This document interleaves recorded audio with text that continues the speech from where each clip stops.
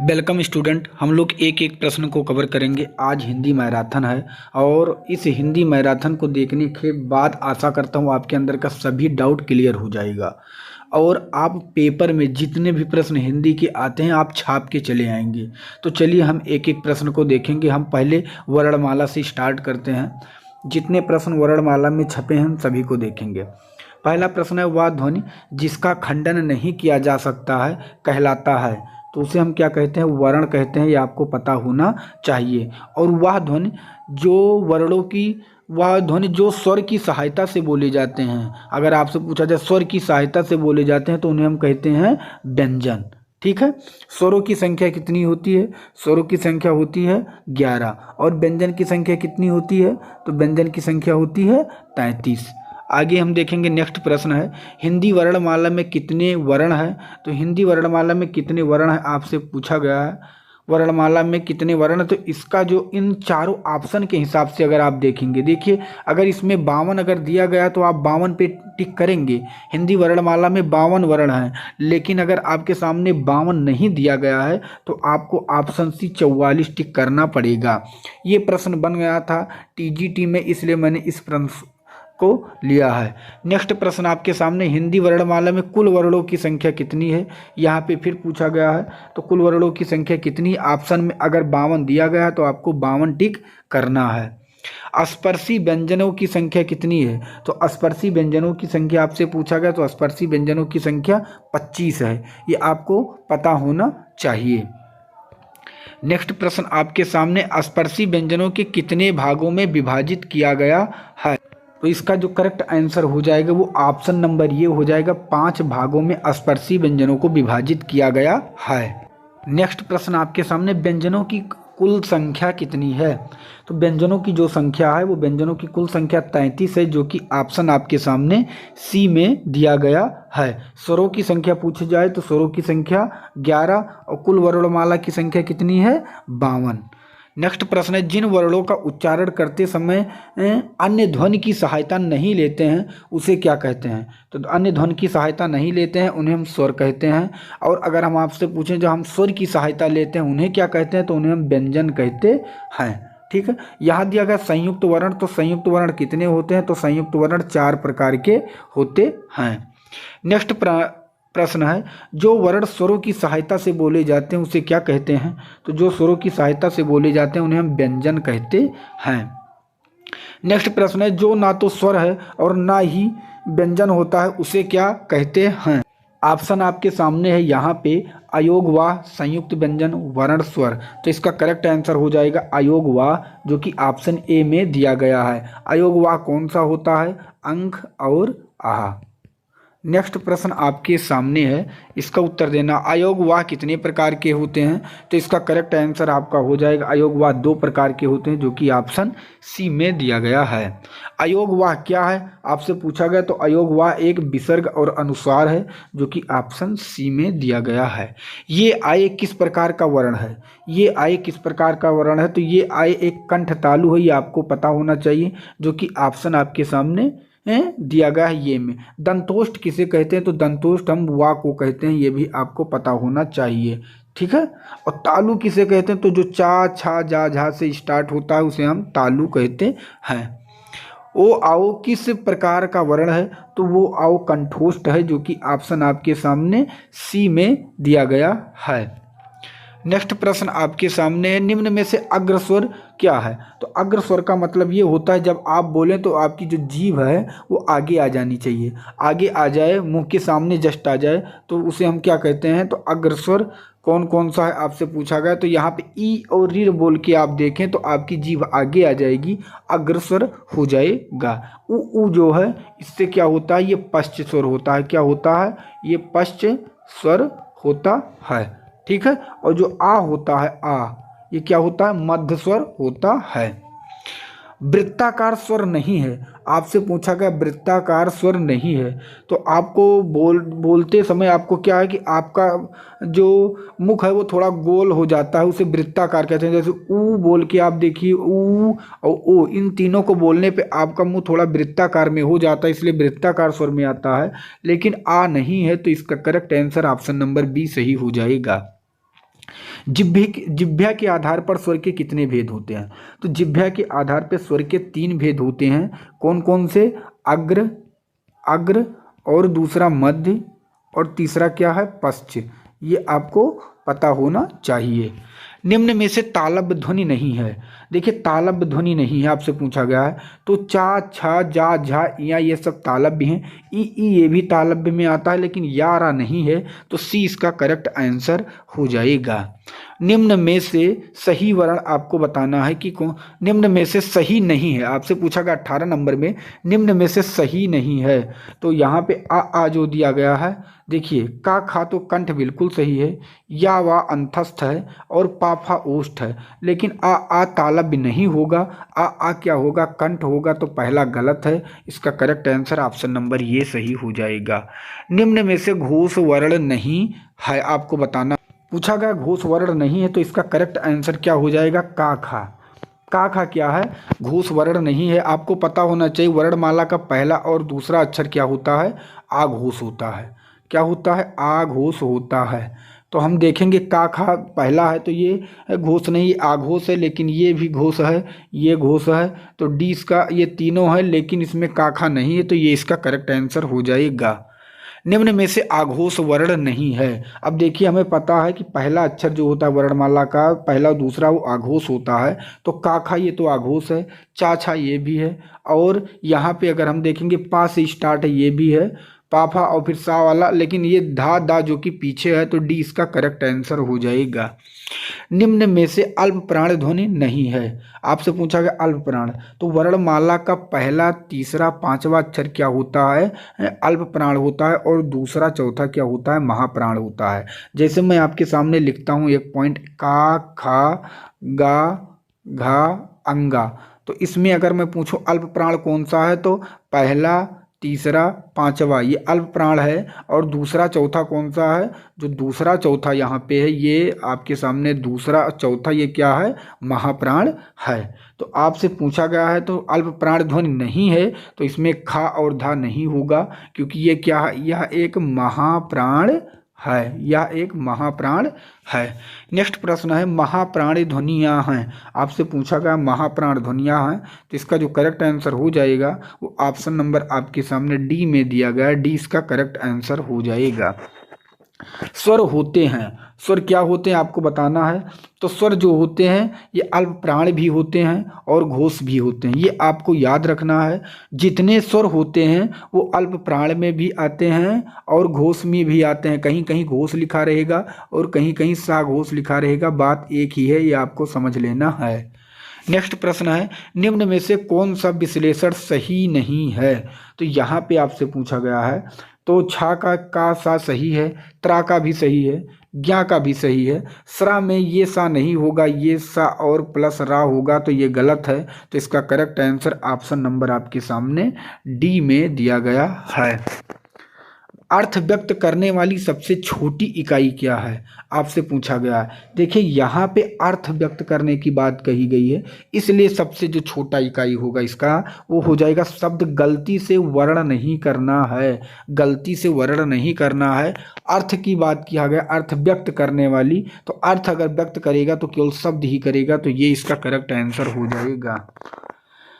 अनुस्वार विसर्ग को क्या कहते हैं आपको बताना है। तो अनुस्वार का विसर्ग मैंने आपसे बताया अंक और आहा होता है, जो कि अयोग वाह में आता है, जो कि ऑप्शन सी में दिया गया है।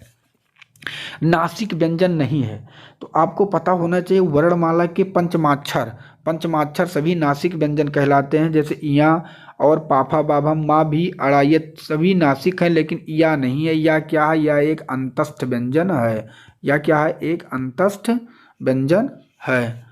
संघर्षी व्यंजन किसे कहते हैं, इसमें बताना है। तो संघर्षी व्यंजन हो जाएगा ऑप्शन नंबर सी, सा सा सा, ये क्या है? एक संघर्षी व्यंजन है। प्रकंपित व्यंजन, देखिए प्रकंपित व्यंजन उसे कहते हैं जिसे बोलने पे आपकी जीभ लटपटा जाए। जैसे रा, रा आप कहेंगे तो लटपटा जाएगी, तो इसका correct answer option number C सही हो जाएगा। दोस्त इसमें मेहनत दिख रही है तो प्लीज़ वीडियो को लाइक कर दें और चैनल को सब्सक्राइब कर लें। अगर आप यूपी पुलिस की तैयारी कर रहे हैं तो मैं दावे के कहता हूँ 60,244 जो पोस्ट आई है आपके सामने, अगर आप यूपी पुलिस की तैयारी कर रहे हैं तो इस मैराथन क्लास को देखने के बाद आपके अंदर के सभी डाउट क्लियर हो जाएंगे और आप आसानी से सभी प्रश्न को हल कर पाएंगे। तो यहाँ पे 30 नंबर का सवाल है कि उत्क्षिप्त व्यंजन क्या है। तो उत्क्षिप्त व्यंजन होता है डा ढा, जो कि ऑप्शन आपके सामने ए में दिया गया है। उत्क्षिप्त व्यंजन कितने होते हैं? तो 2 होते हैं, ये भी आपको याद रखना है। नेक्स्ट प्रश्न आपके सामने है अर्ध स्वर हैं। तो अर्ध स्वर हैं तो यहाँ पे पूछा गया, तो जो अर्ध स्वर हैं वह या वाह हैं, जो कि ऑप्शन ये में दिया गया है, आपको पता होना चाहिए। नेक्स्ट प्रश्न आपके सामने पार्श्विक व्यंजन। तो पार्श्विक व्यंजन किसे कहते हैं? तो पार्श्विक व्यंजन हम ला को कहते हैं। इसका correct answer option number B में दिया गया है। रा को हम प्रकंपित व्यंजन कहते हैं। का कंठ में आता है। और या आपसे पूछा, मैं पूछता हूँ किस में आता है? तो आ ये आता है तालु में, ये भी आपको याद रखना है। और यह एक अंतस्थ व्यंजन भी है। नेक्स्ट प्रश्न है, निम्न में से कौन सी अरबी फारसी ध्वनि नहीं है? अरबी फारसी ध्वनि नहीं है, तो आपको पता ये पॉइंट होना चाहिए जिसके नीचे ये वाला सिंबल लगा है, इसमें कौन सा? यहाँ पे देखिए, यहाँ पे ये सभी लगे हैं, इसलिए इससे अरबी फारसी ध्वनि पहचान होती। तो ये तीनों के तीनों हैं, लेकिन आला नहीं है, तो सी इसका करेक्ट आंसर हो जाएगा। नेक्स्ट प्रश्न आपके सामने हा का उच्चारण स्थल है। तो जो हा का उच्चारण स्थल है वो हो जाएगा कंठ, जो कि ऑप्शन आपके सामने सी में दिया गया है। नेक्स्ट प्रश्न आपके सामने मूर्धन्य ध्वनियाँ कौन सी हैं? तो मूर्धन्य ध्वनियाँ कौन सी आपसे पूछा गया है? तो टा ठा डा ढा जो है ये मूर्धन्य ध्वनियाँ है, आपको पता होना चाहिए। तो सी इसका करेक्ट आंसर हो जाएगा। चा छा ये तालु है, ता था ये दंत है, और पा फा ये ओष्ठ है, ये भी आपको पता होना चाहिए। नेक्स्ट प्रश्न है, हिंदी वर्णमाला में मुख्य स्वर कितने हैं? आपको बताना मुख्य स्वर कितने हैं। तो आपको पता होना चाहिए जो मुख्य स्वर हैं वो 4 हैं, जो कि ऑप्शन ए में दिया गया है। क्योंकि यहाँ पे जो दिया गया है वो मूल दिया गया है, तो मूल समझ लीजिए। हिंदी वर्णमाला में मुख्य स्वर मतलब मूल स्वर, और मूल स्वर 4 है। कौन कौन से? आ, ई, उ और ऋ। ये आपको याद रखना है, ऊ है केवल। तो यही मुख्य 4 स्वर हैं, मूल स्वर कहा गया था। हिंदी वर्णमाला का 11वां व्यंजन कौन सा है? आपसे पूछा गया 11वां, तो ये आपको पता होगा। इसका correct answer option number C टा सही हो जाएगा, आप निकाल सकते हैं। नेक्स्ट प्रश्न है, भाषा की सबसे छोटी इकाई। तो भाषा की जो सबसे छोटी इकाई अगर आपसे पूछा गया तो क्या हो जाएगा? वर्ण, जो कि ऑप्शन आपके सामने सी में दिया गया है। नेक्स्ट प्रश्न आपके सामने तालव्य व्यंजन है। तो तालव्य व्यंजन क्या है? चा छा जा झा, या ये तालव्य है, आपको पता होना चाहिए, जो कि ऑप्शन बी में दिया गया है। देवनागरी लिपि में स्वरों की संख्या कितनी है? तो सेम स्वरों की संख्या देवनागरी लिपि में 11 है, जो कि ऑप्शन बी में दिया गया है। नेक्स्ट प्रश्न आपके सामने, इसका उत्तर देना है। किस ध्वनियों को अनुस्वार कहा जाता है? तो स्वर के बाद आने वाली नासिक ध्वनियों को हम क्या कहते हैं? अनुस्वार। तो ये इसका करेक्ट आंसर हो जाएगा। कौन सा वर्ण ओष्ठ नहीं है? तो हमें पता है ऊ और पा, ये तीनों ओष्ठ हैं, लेकिन वा नहीं है, तो बी इसका करेक्ट आंसर हो जाएगा। अगर वा ओष्ठ नहीं है तो क्या है? ये दंतोष्ठ है, ये आपको पता होना चाहिए, क्या है? दंतोष्ठ।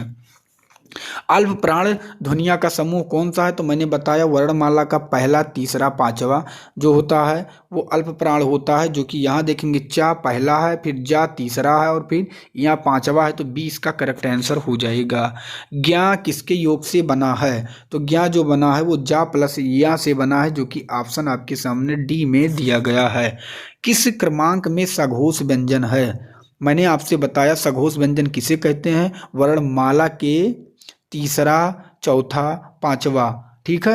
वर्णमाला का तीसरा, चौथा, पांचवा वो क्या होता है? सघोष होता है। और जितने स्वर होते हैं वो सघोष होते हैं, जितने अंतस्थ व्यंजन होते हैं वो सघोष होते हैं। तो पा फा पहला दूसरा है, ये अघोष है, और पहला दूसरा अघोष है, अघोष है। तो यह अंतस्थ व्यंजन दिया भी गया है, तो यारा इसका करेक्ट आंसर हो जाएगा। नेक्स्ट प्रश्न है, किस क्रमांक में अंतस्थ व्यंजन है? तो अंतस्थ व्यंजन हमें पता है 4 प्रकार के होते हैं, यारा, लावा, जो कि ऑप्शन आपके सामने कहाँ पे दिया गया? किस क्रमांक में अंतस्थ व्यंजन है, जो कि इसमें नहीं है, इसमें नहीं है। तो हमें अब यहाँ पे थोड़ा यहाँ पर भी नहीं होगा, तो रा ला यहाँ दिया गया, जो कि बी में दिया गया, 20 का करेक्ट आंसर हो जाएगा। किस क्रमांक से स्पर्श व्यंजन नहीं है? किस क्रमांक में स्पर्श व्यंजन नहीं है? देखिए तो यहाँ पे सा जो है ये ऊष्म संघर्षी व्यंजन है, उस तो यही नहीं होगा, ये इसका करेक्ट आंसर हो जाएगा। पा और फा का उच्चारण स्थान क्या है? तो पा फा का है ओष्ठ, जो कि ऑप्शन डी में दिया गया है। किस क्रमांक में अघोष व्यंजन है? किस क्रमांक में अघोष व्यंजन है? तो यहाँ पे अगर आप देखेंगे 11 ये सघोष है, तो ये तो होगा नहीं। वाह ये भी आपका अघोष व्यंजन नहीं है, ये भी सघोष है। हम आगे देख, यहाँ पे फिर आप देखेंगे सा ये इसका करेक्ट आंसर हो जाएगा, क्योंकि ऑप्शन नंबर डी जो है डी करेक्ट आंसर होगा। नेक्स्ट प्रश्न है किस क्रमांक में अंतस्थ वर्ण है? तो अंतस्थ वर्ण आपको पता होना चाहिए कौन कौन से हैं। 11 लावा तो रा दिया गया है, तो डी इसका करेक्ट आंसर हो जाएगा। निम्न में से सघोष अल्प प्राण है। देखिए अल्प प्राण आपको पहला पता होना चाहिए कि पहला तीसरा पांचवा होता है, तो हमें यहाँ पे सघोष भी देखना है और अल्प प्राण भी देखना है। तो हम पहला तो ले नहीं सकते क्योंकि ये अघोष हो जाएगा, तो हम देखेंगे क्या यहाँ पे ता था दा, ये तीसरा नंबर पर भी आता है और ये सघोष भी है, जो कि ऑप्शन बी में दिया गया है। स्वर होते हैं, तो स्वर क्या होते हैं आपको बताना है। तो स्वर अल्प प्राण भी होते हैं और घोष भी होते हैं, तो इसका correct answer option number C सही हो जाएगा। नेक्स्ट प्रश्न आपके सामने है उच्चारण स्थान की दृष्टि से इनमें से कौन सा व्यंजन तालव्य है? तो तालव्य कौन सा हमें पता है, जो चा छा, ये चा छा जा झा या ये सभी तालव्य में आते हैं, तो इसका correct answer option number C सही हो जाएगा। निम्नलिखित में से कौन सी बात गलत है? यहाँ पूछा गया गलत है, तो देखिए यहाँ पे दिया गया है कि धा साघोष महाप्राण दंत सही है, लेकिन बा सघोष ओष्ठ। देखिए ये क्या है? पा फा, ठीक है। और ये बताइए बा क्या है? असघोष है, हमें पता है पा फा क्या स्टार्ट होता है, पा फा बा। तो पहला दोनों क्या होता है? अघोष, ठीक है, लेकिन बा क्या होता है? सघोष, ये दिया गया है। और बा जो है ये ओष्ठ व्यंजन है। और ये देखिए महाप्राण नहीं है, ये दोनों तो सही है, महाप्राण नहीं, क्योंकि ये पहला दूसरा तीसरा, तीसरा और किस में आता है? पहला और तीसरा पांचवा अल्प प्राण में, तो ये गलत दिया गया है, बी इसका करेक्ट आंसर हो जाएगा। नेक्स्ट प्रश्न है किस क्रमांक वाली ध्वनि अक्षर ध्वनि है? किस क्रमांक वाली ध्वनि अक्षर ध्वनि है? तो ये आपको याद रखना है, ये बहुत इंपॉर्टेंट प्रश्न है। तो ई जो कि ऑप्शन आपके सामने बी में दिया गया है। अगला प्रश्न आपके सामने, यदि नीचे का ओंठ पूरी तरह से काट दिया जाए तो किस ध्वनि को आप उच्चारण में कठिनाई होगी? तो हमें पता है बा हम नहीं बोल पाएंगे, अगर नीचे का ओंठ कट जाए तो बा नहीं बोल पाएंगे, बी इसका करेक्ट आंसर हो जाएगा। इनमें से पार्श्विक व्यंजन है, तो पार्श्विक व्यंजन मैंने आपको बताया ला होता है, और जो रा होता है वो प्रकंपित व्यंजन होता है। खा क्या है? खा तो एक कंठ है, ठीक है, इस खा का उच्चारण स्थान क्या है? कंठ है। वर्ण के कितने प्रकार हैं? तो वर्ण के कितने प्रकार हैं? ऑप्शन आपके सामने तो दो हो जाएंगे, कौन कौन से? स्वर और व्यंजन, जो कि ऑप्शन बी में दिया गया है। उच्चारण के दृष्टि से गा व्यंजन का सही रूप होगा। अब देखिए गा, तो पहले हमें पता है गा कौन सा नंबर पे है? का खा गा, का के बाद क्या आएगा? खा, और खा के बाद गा क्या है? तीसरे नंबर पे, तो अल्प प्राण होगा, ये तो सही है। तो अल्प प्राण यहाँ पे दिया गया, ये महाप्राण है, ये तो बिल्कुल गलत है, ये गलत है, हम इसे टच नहीं करेंगे। और कंठ भी है और स्पर्श भी है, पीछे सघोष होता है, अघोष नहीं, तो बी इसका करेक्ट आंसर हो जाएगा। अगला है जिन स्वरों का निर्माण में ओष्ठ गोलाकार हो जाते हैं उन्हें क्या कहते हैं? ओष्ठ गोलाकार हो जाते हैं तो उन्हें वृत्ताकार कहते हैं, जो कि ऑप्शन सी में दिया गया है। भाषा में स्वतः उच्चारित ध्वनियों को निम्नलिखित में से किस नाम से जाना जाता है? ठीक है, स्वतः उच्चारित ध्वनियों को निम्नलिखित में से किस नाम से जाना जाता है? तो स्वर के नाम से जाना जाता है, जो कि डी में दिया गया है।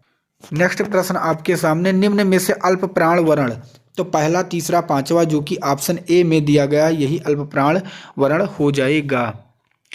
आगे है निम्न में से अनुनासिक स्वर कौन सा शब्द नहीं है? निम्न में से अनुनासिक स्वर कौन से नहीं है? तो देखिए अनुनासिक में होता है चांद बिंदी, जो कि यहाँ पे आप देखेंगे तीनों में है, लेकिन डी में नहीं दिया गया, तो डी इसका करेक्ट आंसर हो जाएगा। वर्णमाला में मात्रा का अर्थ होता है, वर्णमाला में मात्रा का अर्थ होता है, तो यहाँ पे वर्ण के उच्चारण में लगने वाला जो समय है वही मात्रा का अर्थ कहलाता है, जो कि बी में दिया गया है। हिंदी में वर्णमाला में अयोगवाह वर्ण कौन से हैं? तो अंक का आहा जो है वो अयोगवाह है, जो कि ऑप्शन डी में दिया गया है। पदों का वह समूह जिसके द्वारा हम कोई पूरी बात कहते हैं, आपको बताना है तो पूरी बात हम कहते हैं शब्द के द्वारा, तो डी इसका करेक्ट आंसर हो जाएगा। पदों का वह समूह जिसके द्वारा हम कोई पूरी बात कहते हैं, तो शब्द, जो कि ऑप्शन डी में दिया गया है। अब हम लोग हिंदी वर्णमाला के जितने भी प्रश्न इंपॉर्टेंट थे सभी को कवर कर लिए हैं। अब हम नेक्स्ट चैप्टर देखेंगे शब्द विचार। इससे भी जितने इंपॉर्टेंट प्रश्न हैं हम एक एक करके कवर करेंगे। पहला प्रश्न आपके सामने, निम्नलिखित प्रश्नों में से एक शब्द तत्सम नहीं है, उसका चयन कीजिए। तो एक शब्द तत्सम नहीं है। देखिए, स्नेह, हर्ष, श्रावण, ये तीनों के तीनों तत्सम है, लेकिन हीरा नहीं है, तो डी इसका करेक्ट आंसर हो जाएगा।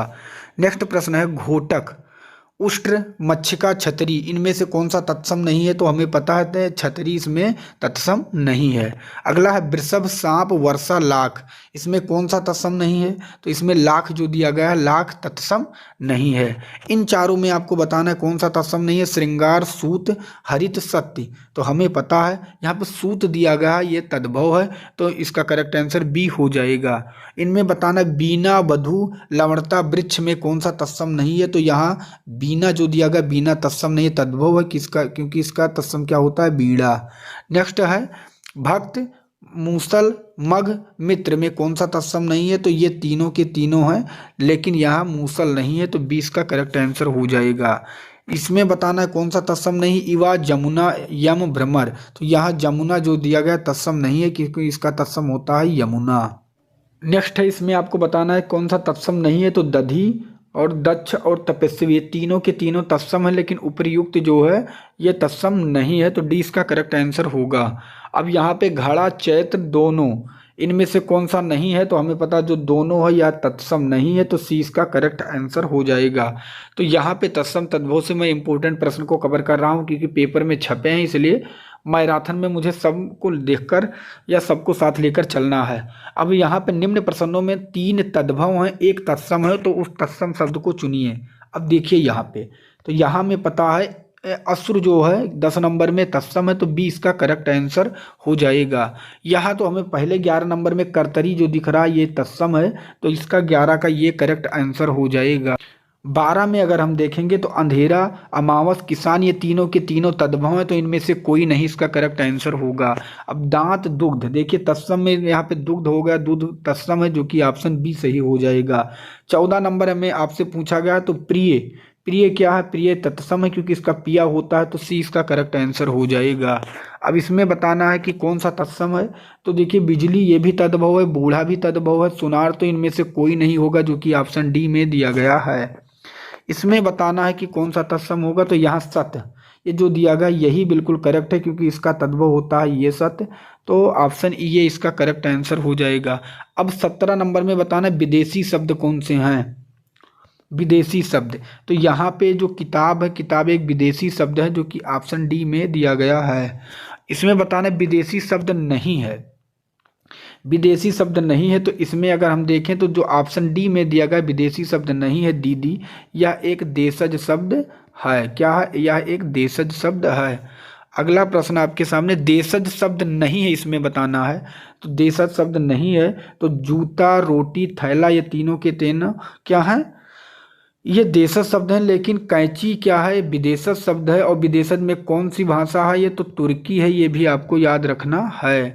अब यहाँ पे कहा गया देशज शब्द कौन से हैं, तो पगड़ी जो है, पगड़ी क्या है? देशज शब्द है, और ये तीनों के तीनों विदेशज शब्द हैं। संकर शब्द नहीं है, संकर शब्द नहीं है, आपसे पूछा गया है। तो संकर शब्द हम उन्हें कहते हैं जो 2 भाषाओं से मिलकर बना है। किससे? 2 भाषाओं से मिलकर बना है, उन्हें हम संकर शब्द कहते हैं।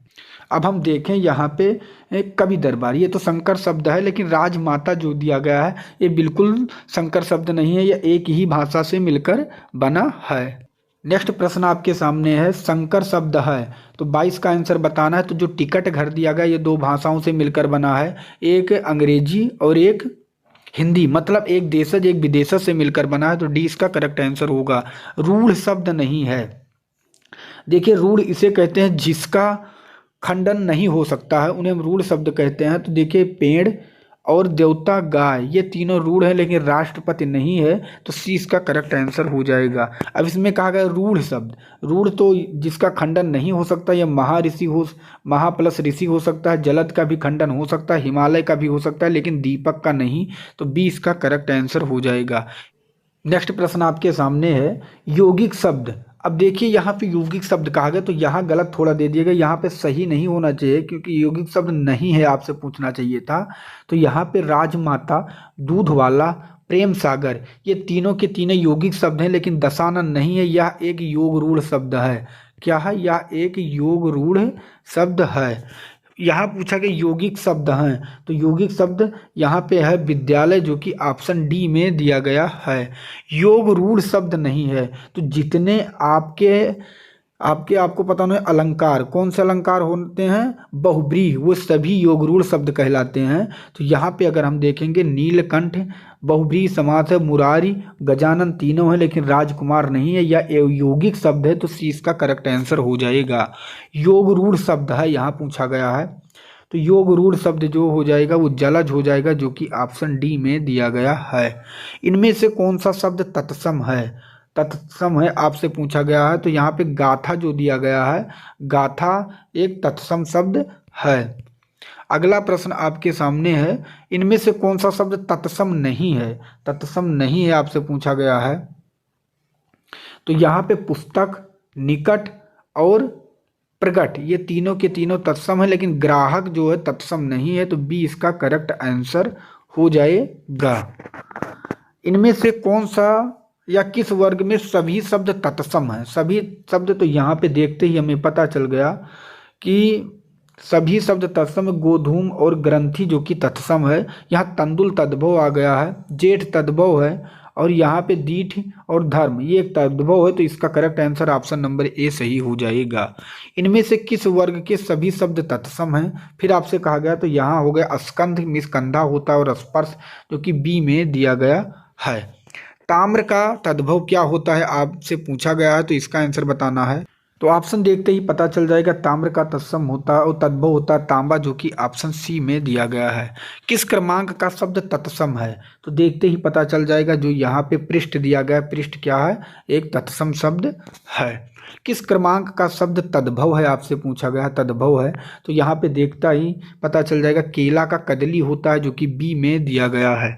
किस क्रमांक का शब्द तत्सम है यहाँ पे पूछा गया, तो यहाँ पे मच्छिका का मच्छी होता है, जो कि ये में दिया गया है। आगे है, उद्भव के आधार पर निम्न में से कौन सा शब्द भेद नहीं है? कौन सा शब्द भेद नहीं आपको बताना है। तो यहाँ पे हमें पता तत्सम, तद्भव, देसी विदेशी ये सभी हैं, लेकिन रूढ़ नहीं है, तो बी इसका करेक्ट आंसर हो जाएगा। तत्सम शब्दों का मूल स्रोत है, आपको बताना है तत्सम शब्दों का। तो तत्सम शब्द कहाँ से लिए गए हैं? संस्कृत से लिए गए हैं। जो संस्कृत से ज्यों का त्यों आ गया है, उन्हें हम क्या कहते हैं? ज्यों का त्यों, उन्हें हम कहते हैं तत्सम। ये भी आपको याद रखना है। वकील किस भाषा का शब्द है? तो वकील अरबी भाषा का शब्द है, जो कि ऑप्शन बी में दिया गया है। संकर शब्द मैंने उनसे कहा जो दो शब्दों से मिलकर बनता है, उन्हें हम संकर शब्द कहते हैं। ठीक है। तुर्की मैंने बताया था, जो कैंची शब्द है वो तुर्की शब्द है, ये भी आपको मैंने बताया है। योग रूढ़ शब्द, तो योग रूढ़ शब्द वो होता है, मैंने आपसे बताया कि जो बहुब्रीहि समास होता है, जैसे लंबोदर, लंबा है उधर जिसका, अर्थात श्री गणेश जी, तो सी इसका करेक्ट आंसर हो जाएगा। किस क्रमांक में सभी शब्द तत्सम नहीं हैं? तो देखिए यहाँ पे अमूल, देत, दधि, स्वर्ण बिल्कुल तत्सम है, और आम्र, स्वर्ण, कुपुत्र, कर्ण सही है, ओष्ठ, जिह्वा, हस्त सही है, लेकिन अच्छ यहाँ मुंह आ गया, मुख होना चाहिए, तो डी इसका करेक्ट आंसर हो जाएगा। शब्द किसे कहते हैं? शब्द किसे कहते हैं? तो एक या एक से अधिक सार्थक वर्ण समूह को, एक या एक से अधिक सार्थक वर्ण समूह को हम क्या कहते हैं? शब्द कहते हैं, जो कि ऑप्शन सी में दिया गया है। दोस्त अगर इस पे मेहनत दिख रही है तो प्लीज़ वीडियो को लाइक कर देना है, अपने मित्र तक शेयर कर देना है, और इस वीडियो को देखने के बाद आपके अंदर का डाउट क्लियर हो जाएगा। नेक्स्ट प्रश्न है, निम्न में से कौन सा रूढ़ शब्द है? तो रूढ़ शब्द वे हैं जिसका खंडन नहीं किया जा सकता है। अब यहाँ पे रूढ़ शब्द हम देखेंगे तो हो जाएगा जो कि पशु है, क्योंकि पशु का आप खंडन नहीं कर सकते हैं, जो कि ऑप्शन डी में दिया गया है। आपसे विद्यालय पूछे तो विद्यालय एक यौगिक शब्द है, ये भी आपको पता होना चाहिए। फिर पूछा गया यौगिक शब्द कौन सा है, तो यौगिक शब्द यहाँ पे जो दिया गया है पंकज है। ओ सॉरी दोस्त, पाठशाला है। जलज क्या है, योग रूढ़ है। पंकज क्या है, योग रूढ़ है, ये आपको पता होना चाहिए। और दिन क्या है, रूढ़ शब्द है। दीदार शब्द किस भाषा का है, तो दीदार फारसी का है, जो कि ऑप्शन बी में दिया गया है। शंकर दो भाषाओं से निर्मित शब्द इनमें से नहीं है, आपको बताना है। शंकर शब्द नहीं है तो टिकट घर, आप किताब घर, रेल यात्री, ये दो भाषाओं से मिले हैं, लेकिन चिड़ियाघर दो भाषाओं से नहीं मिला है, तो डी इसका करेक्ट आंसर हो जाएगा। उर्दू शब्द किस भाषा का है, उर्दू शब्द किस भाषा का है आपको बताना है, तो उर्दू शब्द तुर्की भाषा का है, जो कि सी में दिया गया है। बहुत ही इंपॉर्टेंट प्रश्न है ये। नेक्स्ट प्रश्न है धरित्री का तद्भव क्या होगा, तो इसका तद्भव होगा धरती, जो कि ऑप्शन बी में दिया गया है। निम्नलिखित में से देशज शब्द नहीं है, देशज शब्द नहीं है आपको बताना है, तो यहाँ पे बूट जो है देशज नहीं है, एक विदेशी शब्द है, तो बी इसका करेक्ट आंसर हो जाएगा। किस क्रमांक में तत्सम शब्द है, तो तत्सम शब्द यहाँ पे हम देखेंगे आमलक है, जो कि इसका तद्भव होता है आंवला, ये भी हमें पता होना चाहिए, जो कि ऑप्शन ए में दिया गया है। निम्नलिखित में से कौन सा शब्द तत्सम शब्द है, यहाँ फिर से पूछा गया, तो अग्र जो है ये एक तत्सम शब्द है, देखते ही पता चल गया, जो कि ऑप्शन ए में दिया गया है। निम्नलिखित में से कौन सा शब्द तत्सम है, तो कूप, यहाँ पे कूप जो दिया गया, कूप एक तत्सम शब्द है, जो कि ऑप्शन बी में दिया गया है। निम्नलिखित में से कौन सा शब्द तत्सम नहीं है, तत्सम नहीं है अगर हम देखेंगे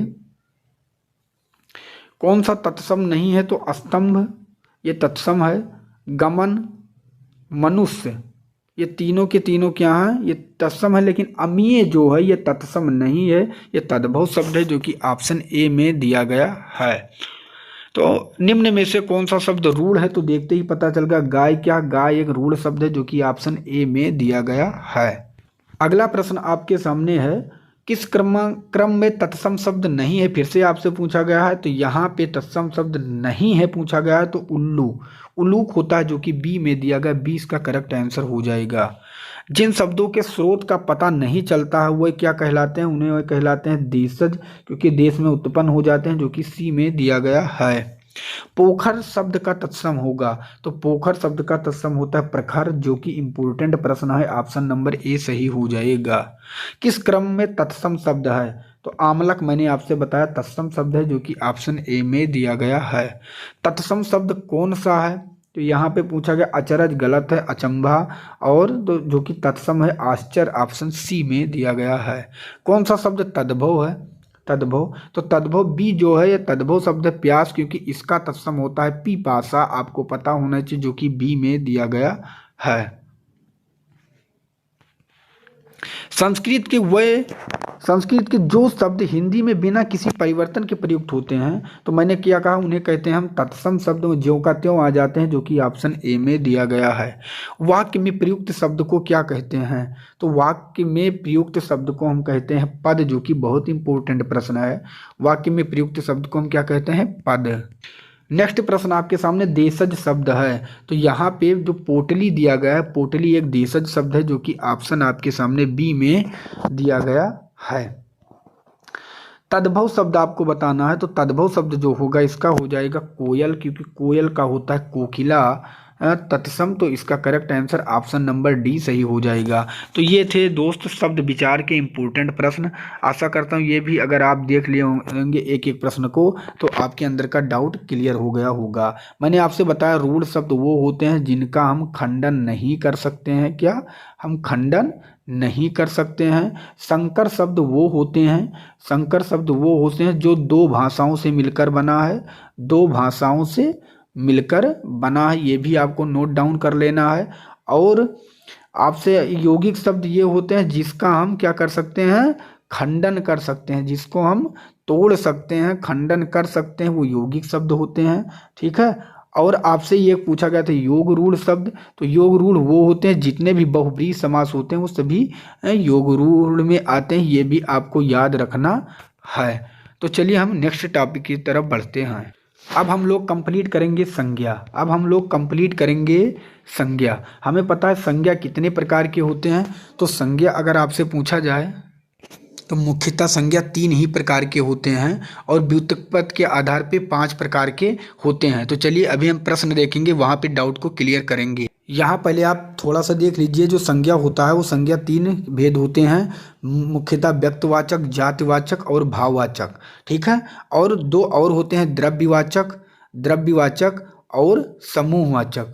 कौन से समूहवाचक? जो कि पार्ट होते हैं, ये आपको याद रखना है। ये अगर व्युत्पत्ति के आधार पे पूछा जाए तो 5, और वैसे पूछा जाए कि कितने हैं मुख्यतः, तो 3 प्रकार के होते हैं।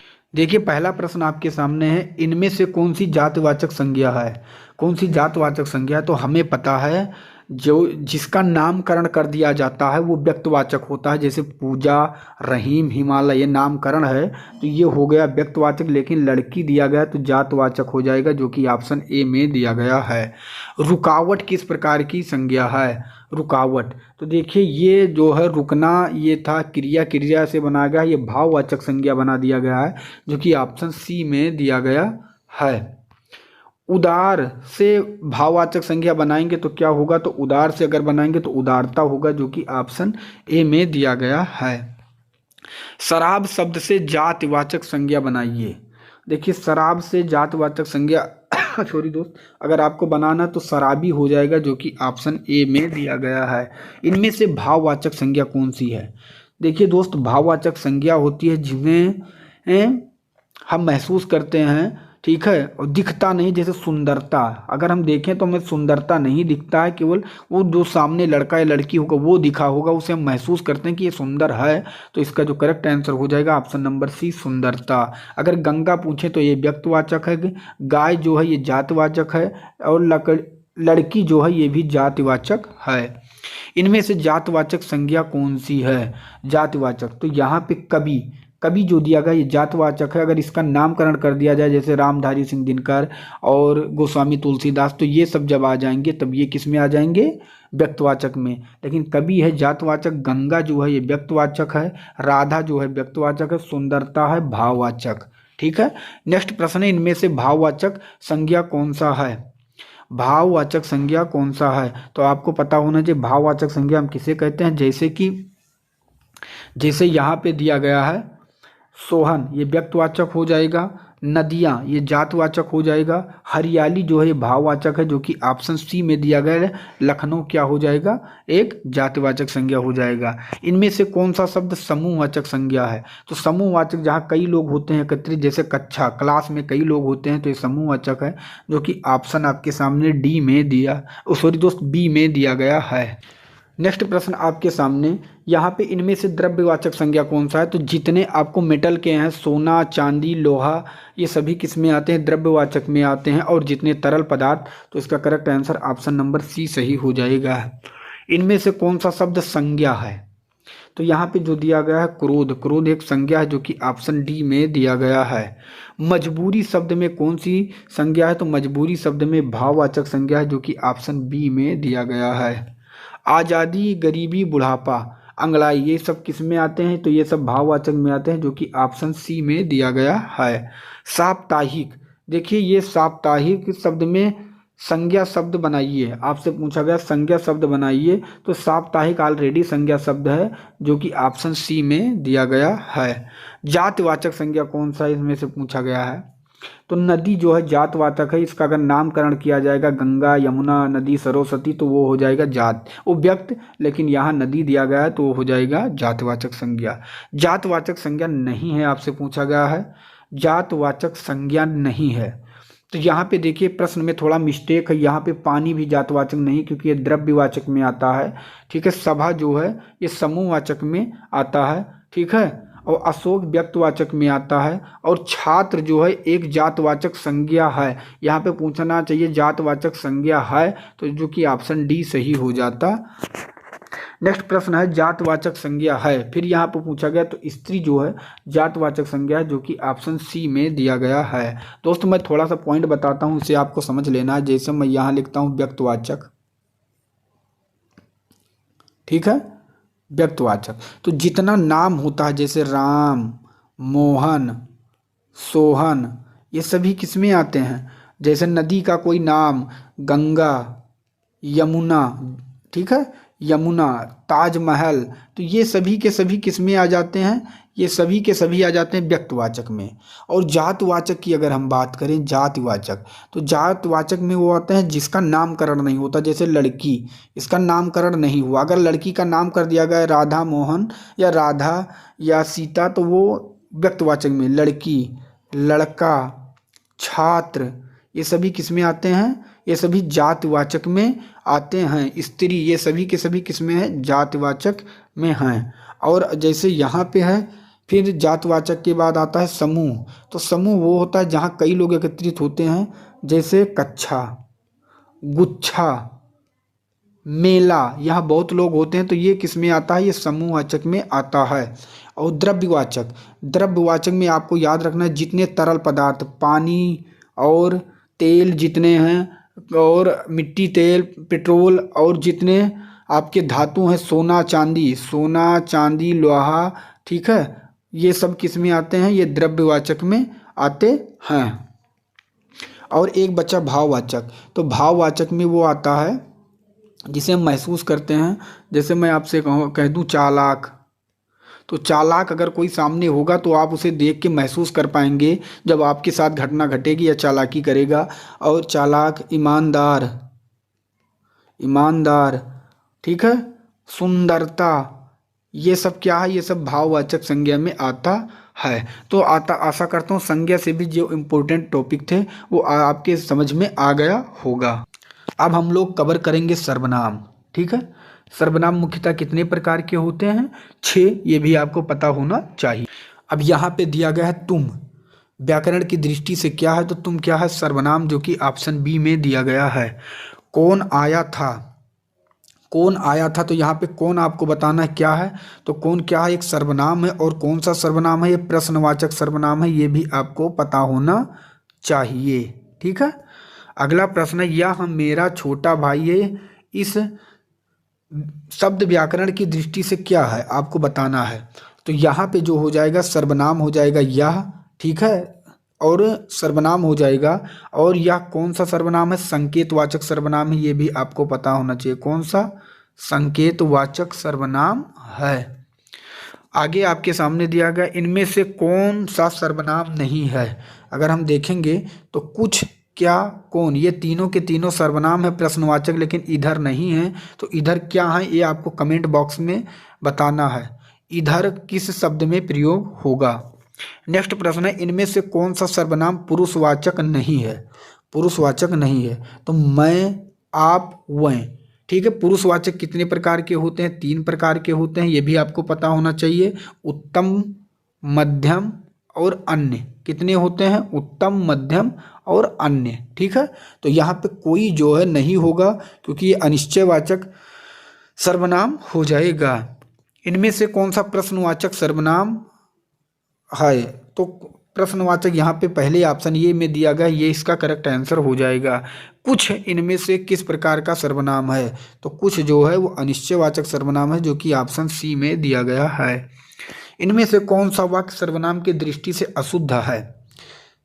यहाँ पे दिया गया, मैंने तेरे को, तेरे को नहीं हो जाना चाहिए, तुमको होना चाहिए। तो पहला ही ऑप्शन अशुद्ध है, जो कि ऑप्शन ए में दिया गया है।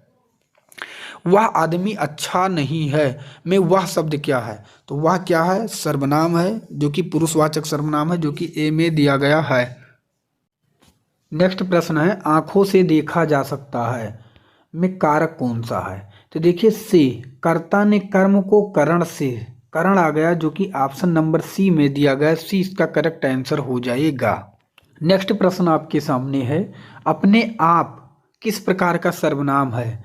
अपने आप, देखिए यहाँ पे लिखा है, तो इसका करेक्ट आंसर जो हो जाएगा वो निजवाचक हो जाएगा, जो कि ऑप्शन नंबर सी में दिया गया है। यहाँ पे स्वयं भी कहा जा सकता है, और यहाँ पे खुद भी कहा जा सकता है। ये सभी के सभी निजवाचक सर्वनाम में आएंगे। चाय में कुछ पड़ा है, इस प्रकार में कुछ क्या है, तो कुछ क्या है सर्वनाम है। और कौन सा सर्वनाम है, अनिश्चयवाचक सर्वनाम, जो कि डी में दिया गया है। ये मेरे हथियार हैं, इस वाक्य में ये किस प्रकार का सर्वनाम है, तो ये मेरे हथियार हैं, ये जो है निश्चयवाचक सर्वनाम है, जो कि ऑप्शन ए में दिया गया है। नेक्स्ट प्रश्न है, वे कल जाएंगे में वह शब्द किस प्रकार का सर्वनाम है, आपको बताना है। तो वह जो है वो पुरुषवाचक सर्वनाम है। मैंने आपसे बताया क्या है, पुरुषवाचक सर्वनाम है। नेक्स्ट प्रश्न है, वह क्या कर रहा था, इस वाक्य में क्या किस प्रकार का सर्वनाम है, तो क्या जो है प्रश्नवाचक सर्वनाम होगा, जो कि ऑप्शन बी में दिया गया है। इनमें से अनिश्चयवाचक सर्वनाम नहीं है, अनिश्चयवाचक सर्वनाम नहीं है, आपको बताना है। कोई जा रहा है, जो कि अनिश्चयवाचक सर्वनाम ये है। वह कुछ खा रहा है, ये भी अनिश्चयवाचक सर्वनाम है। और किसी ने कहा है, ये भी अनिश्चयवाचक। वह क्या लाया, ये अनिश्चयवाचक नहीं है, ये प्रश्नवाचक है। तो इसका correct answer option number D सही हो जाएगा। इनमें से संबंधवाचक सर्वनाम नहीं है, तो देखिए जहाँ पे जो सो लगा है तो ये तो संबंध है, जैसी वैसी और जिसकी उसकी ये संबंध में है। कौन गाना गा रही थी, ये प्रश्नवाचक में है, तो इसका correct answer option number D सही हो जाएगा। इनमें से प्रश्नवाचक सर्वनाम है, तो प्रश्नवाचक सर्वनाम आपसे पूछा गया, जो कि ऑप्शन बी में, सॉरी दोस्त, कोई आ रहा है तो ये अनिश्चयवाचक हो जाएगा। जितना गुड़ डालोगे उतना ये संबंध हो जाएगा। किसकी पुस्तक पढ़िए, ये प्रश्नवाचक है, जो कि ऑप्शन सी में दिया गया है।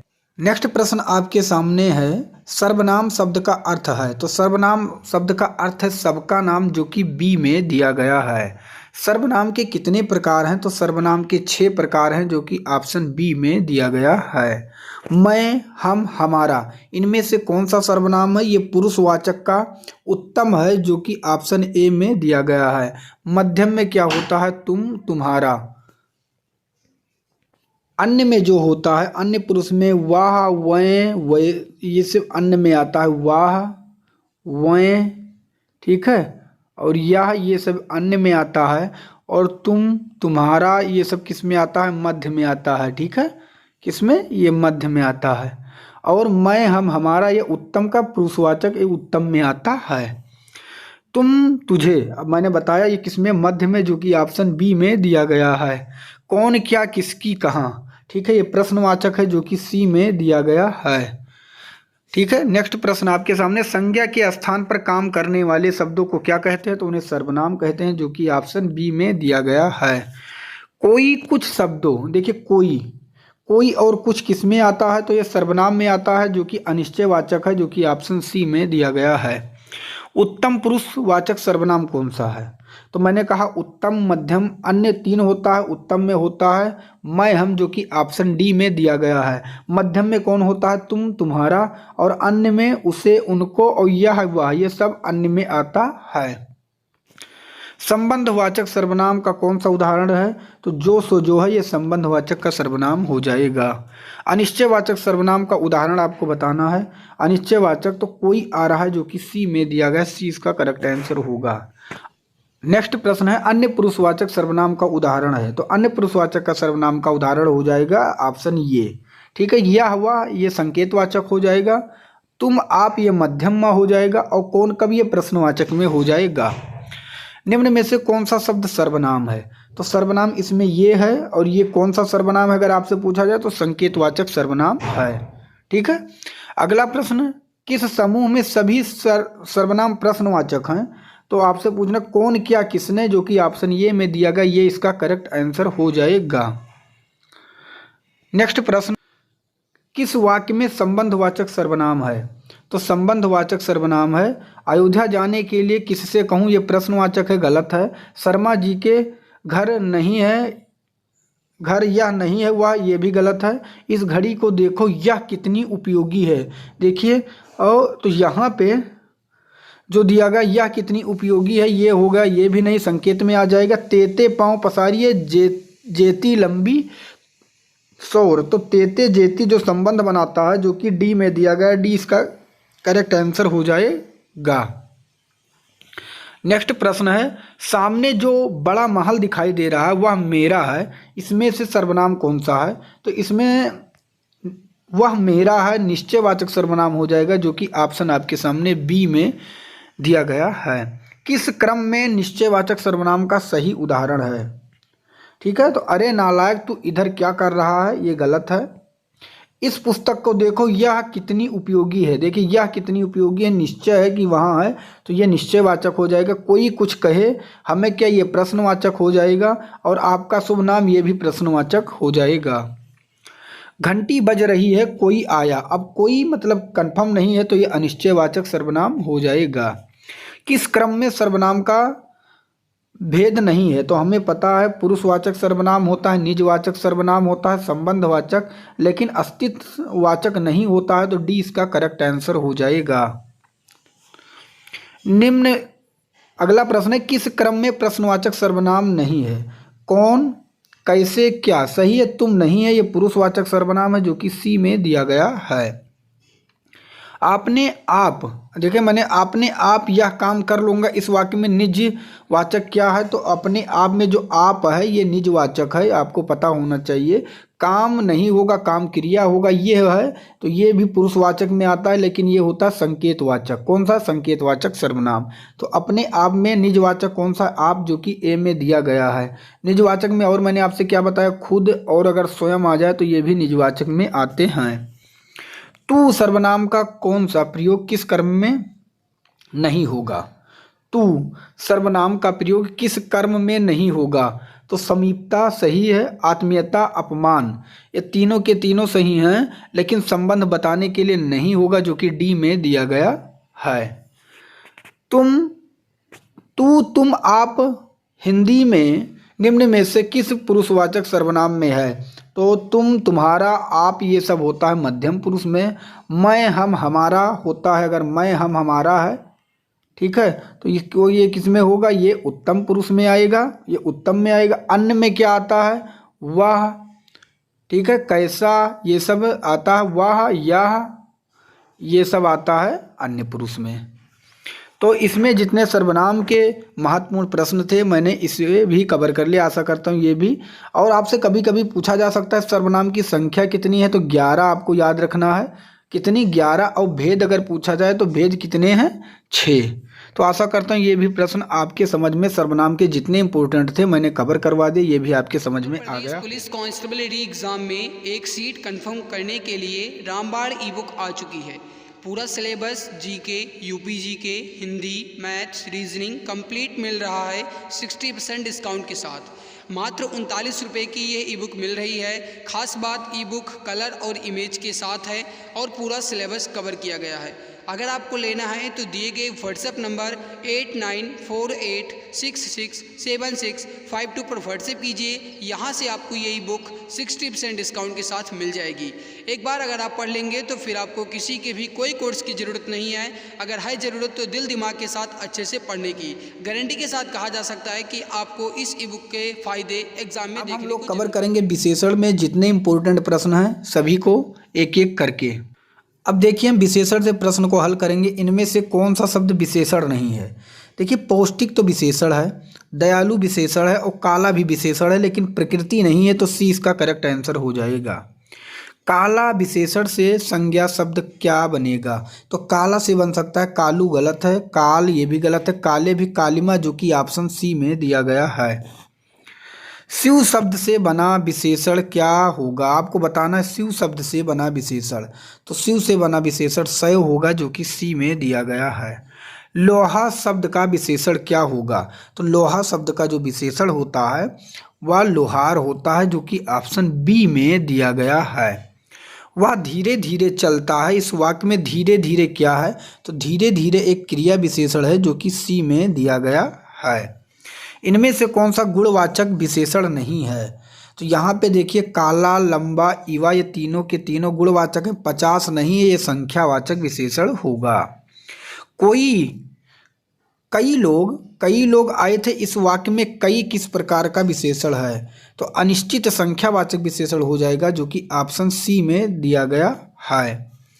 गोल घड़ी अच्छी लगती है, इस वाक्य में गोल किस प्रकार का विशेषण है? तो गोल जो है गुणवाचक विशेषण है, जो कि ऑप्शन ए में दिया गया है। बदायूं से विशेषण बनाइए, तो बदायूं से बदायूंनी हो जाएगा, जो कि ऑप्शन ए में दिया गया है। इच्छा से ऐसा विशेषण बनाइए जिससे इस प्रत्यय का प्रयोग किया गया हो, जिसमें इस प्रत्यय का प्रयोग किया गया हो। इच्छा से ऐसा विशेषण बनाइए जिसमें इस प्रत्यय का प्रयोग किया गया हो, तो इसका करेक्ट आंसर हो जाएगा ऐच्छिक, जो कि ऑप्शन सी में दिया गया है। इनमें से विशेषण का भेद नहीं है, तो हमें पता है गुणवाचक सार्वनामिक विशेषण परिमाणवाचक है, पुरुषवाचक नहीं होता है, ये सर्वनाम में आता है, जो कि गलत है, तो सी इसका करेक्ट आंसर हो जाएगा। श्यामल संज्ञा विशेषण की दृष्टि से क्या है? तो देखिए श्यामल जो है यह एक विशेषण है, जो कि ऑप्शन बी में दिया गया है। संज्ञा या सर्वनाम की विशेषता बतलाने वाले शब्दों को क्या कहते हैं? तो उन्हें हम विशेषण कहते हैं, जो कि ऑप्शन नंबर सी में दिया गया है। विशेषण मुख्यतः कितने प्रकार के हैं? तो विशेषण मुख्यतः 4 प्रकार के होते हैं, ये भी आपको पता होना चाहिए। नेक्स्ट प्रश्न आपके सामने, सार्वनामिक विशेषण से युक्त वाक्य। देखिए आगे यह उस और ये अगर जुड़ा रहता है तो सार्वनामिक विशेषण होता है, जो कि ऑप्शन ये में दिया गया है। गुणवाचक विशेषण है, तो गुणवाचक विशेषण होता है लंबा, काला, भला, बुरा, तो ये सब होता है गुणवाचक विशेषण, जो कि ऑप्शन डी में दिया गया है। गुणवाचक विशेषण नहीं है, तो देखिए काला, मीठा, छोटा, ये सभी के सभी गुणवाचक है, लेकिन ये परिमाणवाचक होगा, जो कि डी में दिया गया है। जो शब्द विशेषणों की विशेषता बताए उन्हें क्या कहते हैं? विशेषण की विशेषता बताने वाले को परा विशेषण कहते हैं। जैसे मैं आपके सामने एक एग्जाम्पल देता हूँ, राम बहुत सुंदर है, ठीक है, तो यहाँ पे परा विशेषण क्या हो जाएगा? बहुत, क्योंकि विशेषण की विशेषता बताता है, सुंदर की भी विशेषता बताता है, इसलिए परा विशेषण हो जाएगा। कक्षा में 50 छात्र बैठे हुए हैं, इस वाक्य इसमें कौन सा विशेषण है? तो इसका करेक्ट आंसर हो जाएगा निश्चित संख्यावाचक, जो कि ए में दिया गया है। निश्चित संख्यावाचक विशेषण नहीं है, आपसे पूछा गया है इसमें।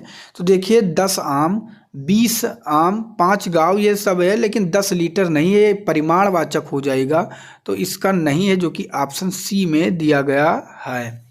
कक्षा में कुछ छात्र बैठे हुए हैं, इनमें से कौन सा विशेषण है? तो कक्षा में कुछ छात्र बैठे हैं, तो ये अनिश्चित संख्यावाचक विशेषण होगा, जो कि सी में दिया गया है। व्यक्तवाचक विशेषण नहीं है, आपसे पूछा गया है। व्यक्तवाचक, ध्यान से समझिएगा, व्यक्तवाचक विशेषण नहीं है। देखिए बनारस से बनारसी साड़ी कर दिया गया, ये है।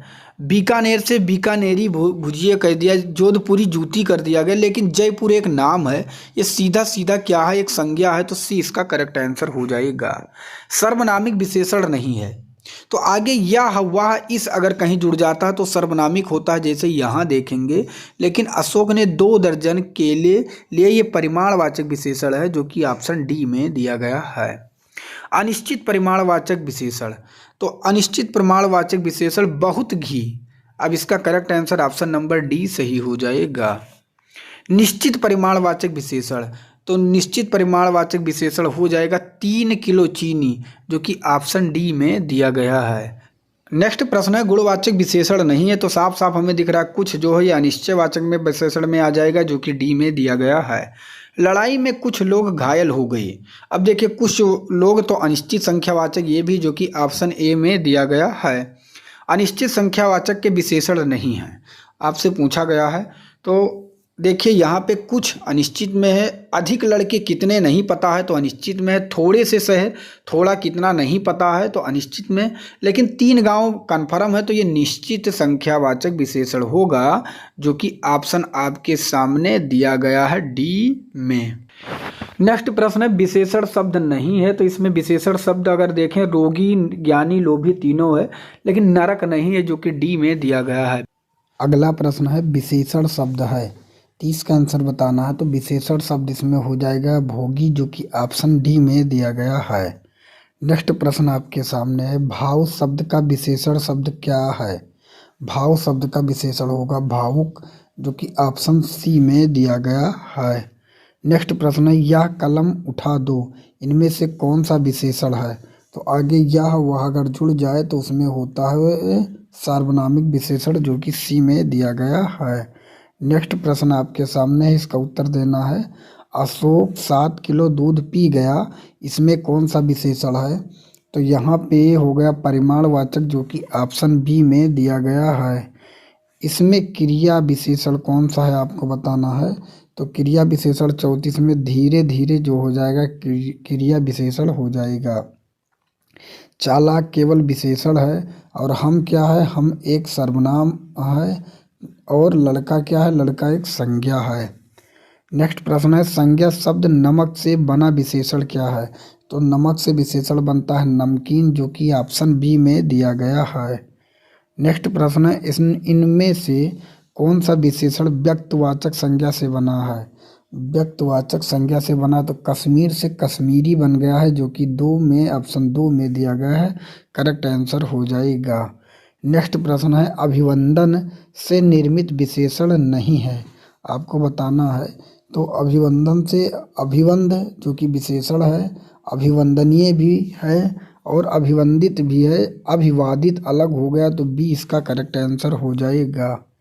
इनमें से कौन सा विशेषण शब्द संज्ञा शब्द से नहीं बना है? संज्ञा से नहीं बना है तो देखिए, दिन से दैनिक बना है और ग्रामीण ग्राम से बना है और भारत से भारतीय बना है। ये तीनों संज्ञा से बना है लेकिन बाहरी नहीं बना है, तो सी इसका करेक्ट आंसर होगा। नेक्स्ट प्रश्न है, इनमें से सार्वनामिक विशेषण किसमें है? तो सार्वनामिक विशेषण मैंने आपसे बताया जहाँ या हवा इस उस में लग जाए तो बी इसका करेक्ट आंसर हो जाएगा। इनमें से किसमें विशेषण का प्रयोग नहीं हुआ है? तो देखिए, लाखों आगे लग गया तो ये विशेषण है। आर्थिक विषमता, आर्थिक इसमें लग गया, ये भी विशेषण है। एक प्रेरणा, एक जो लग गया ये भी संख्यावाचक क्या हो गया, विशेषण। अहिंसा की भावना नहीं है इसमें, तो सी इसका करेक्ट आंसर हो जाएगा। अगला प्रश्न आपके सामने है, आपको बताना है गर्म दूध पीना लाभदायक होता है, इनमें से कौन सा विशेषण है? देखिए, गर्म जो है इसमें दिया गया गर्म, तो गर्म एक गुणवाचक विशेषण है, क्या हो जाएगा, गुणवाचक विशेषण। ये आपको याद रखना है जो कि ऑप्शन नंबर आपके सामने सी में दिया गया है। अगला प्रश्न है, संज्ञा से निर्मित विशेषण नहीं है। संज्ञा से निर्मित विशेषण तो शरीर से शारीरिक बना है, ये संज्ञा से है। नैतिक भी बना है संज्ञा से, नागरिक से दोस्त ये भी संज्ञा से बना है। तो इसमें जो भागना है ये नहीं है, तो इसका correct answer option number D सही हो जाएगा।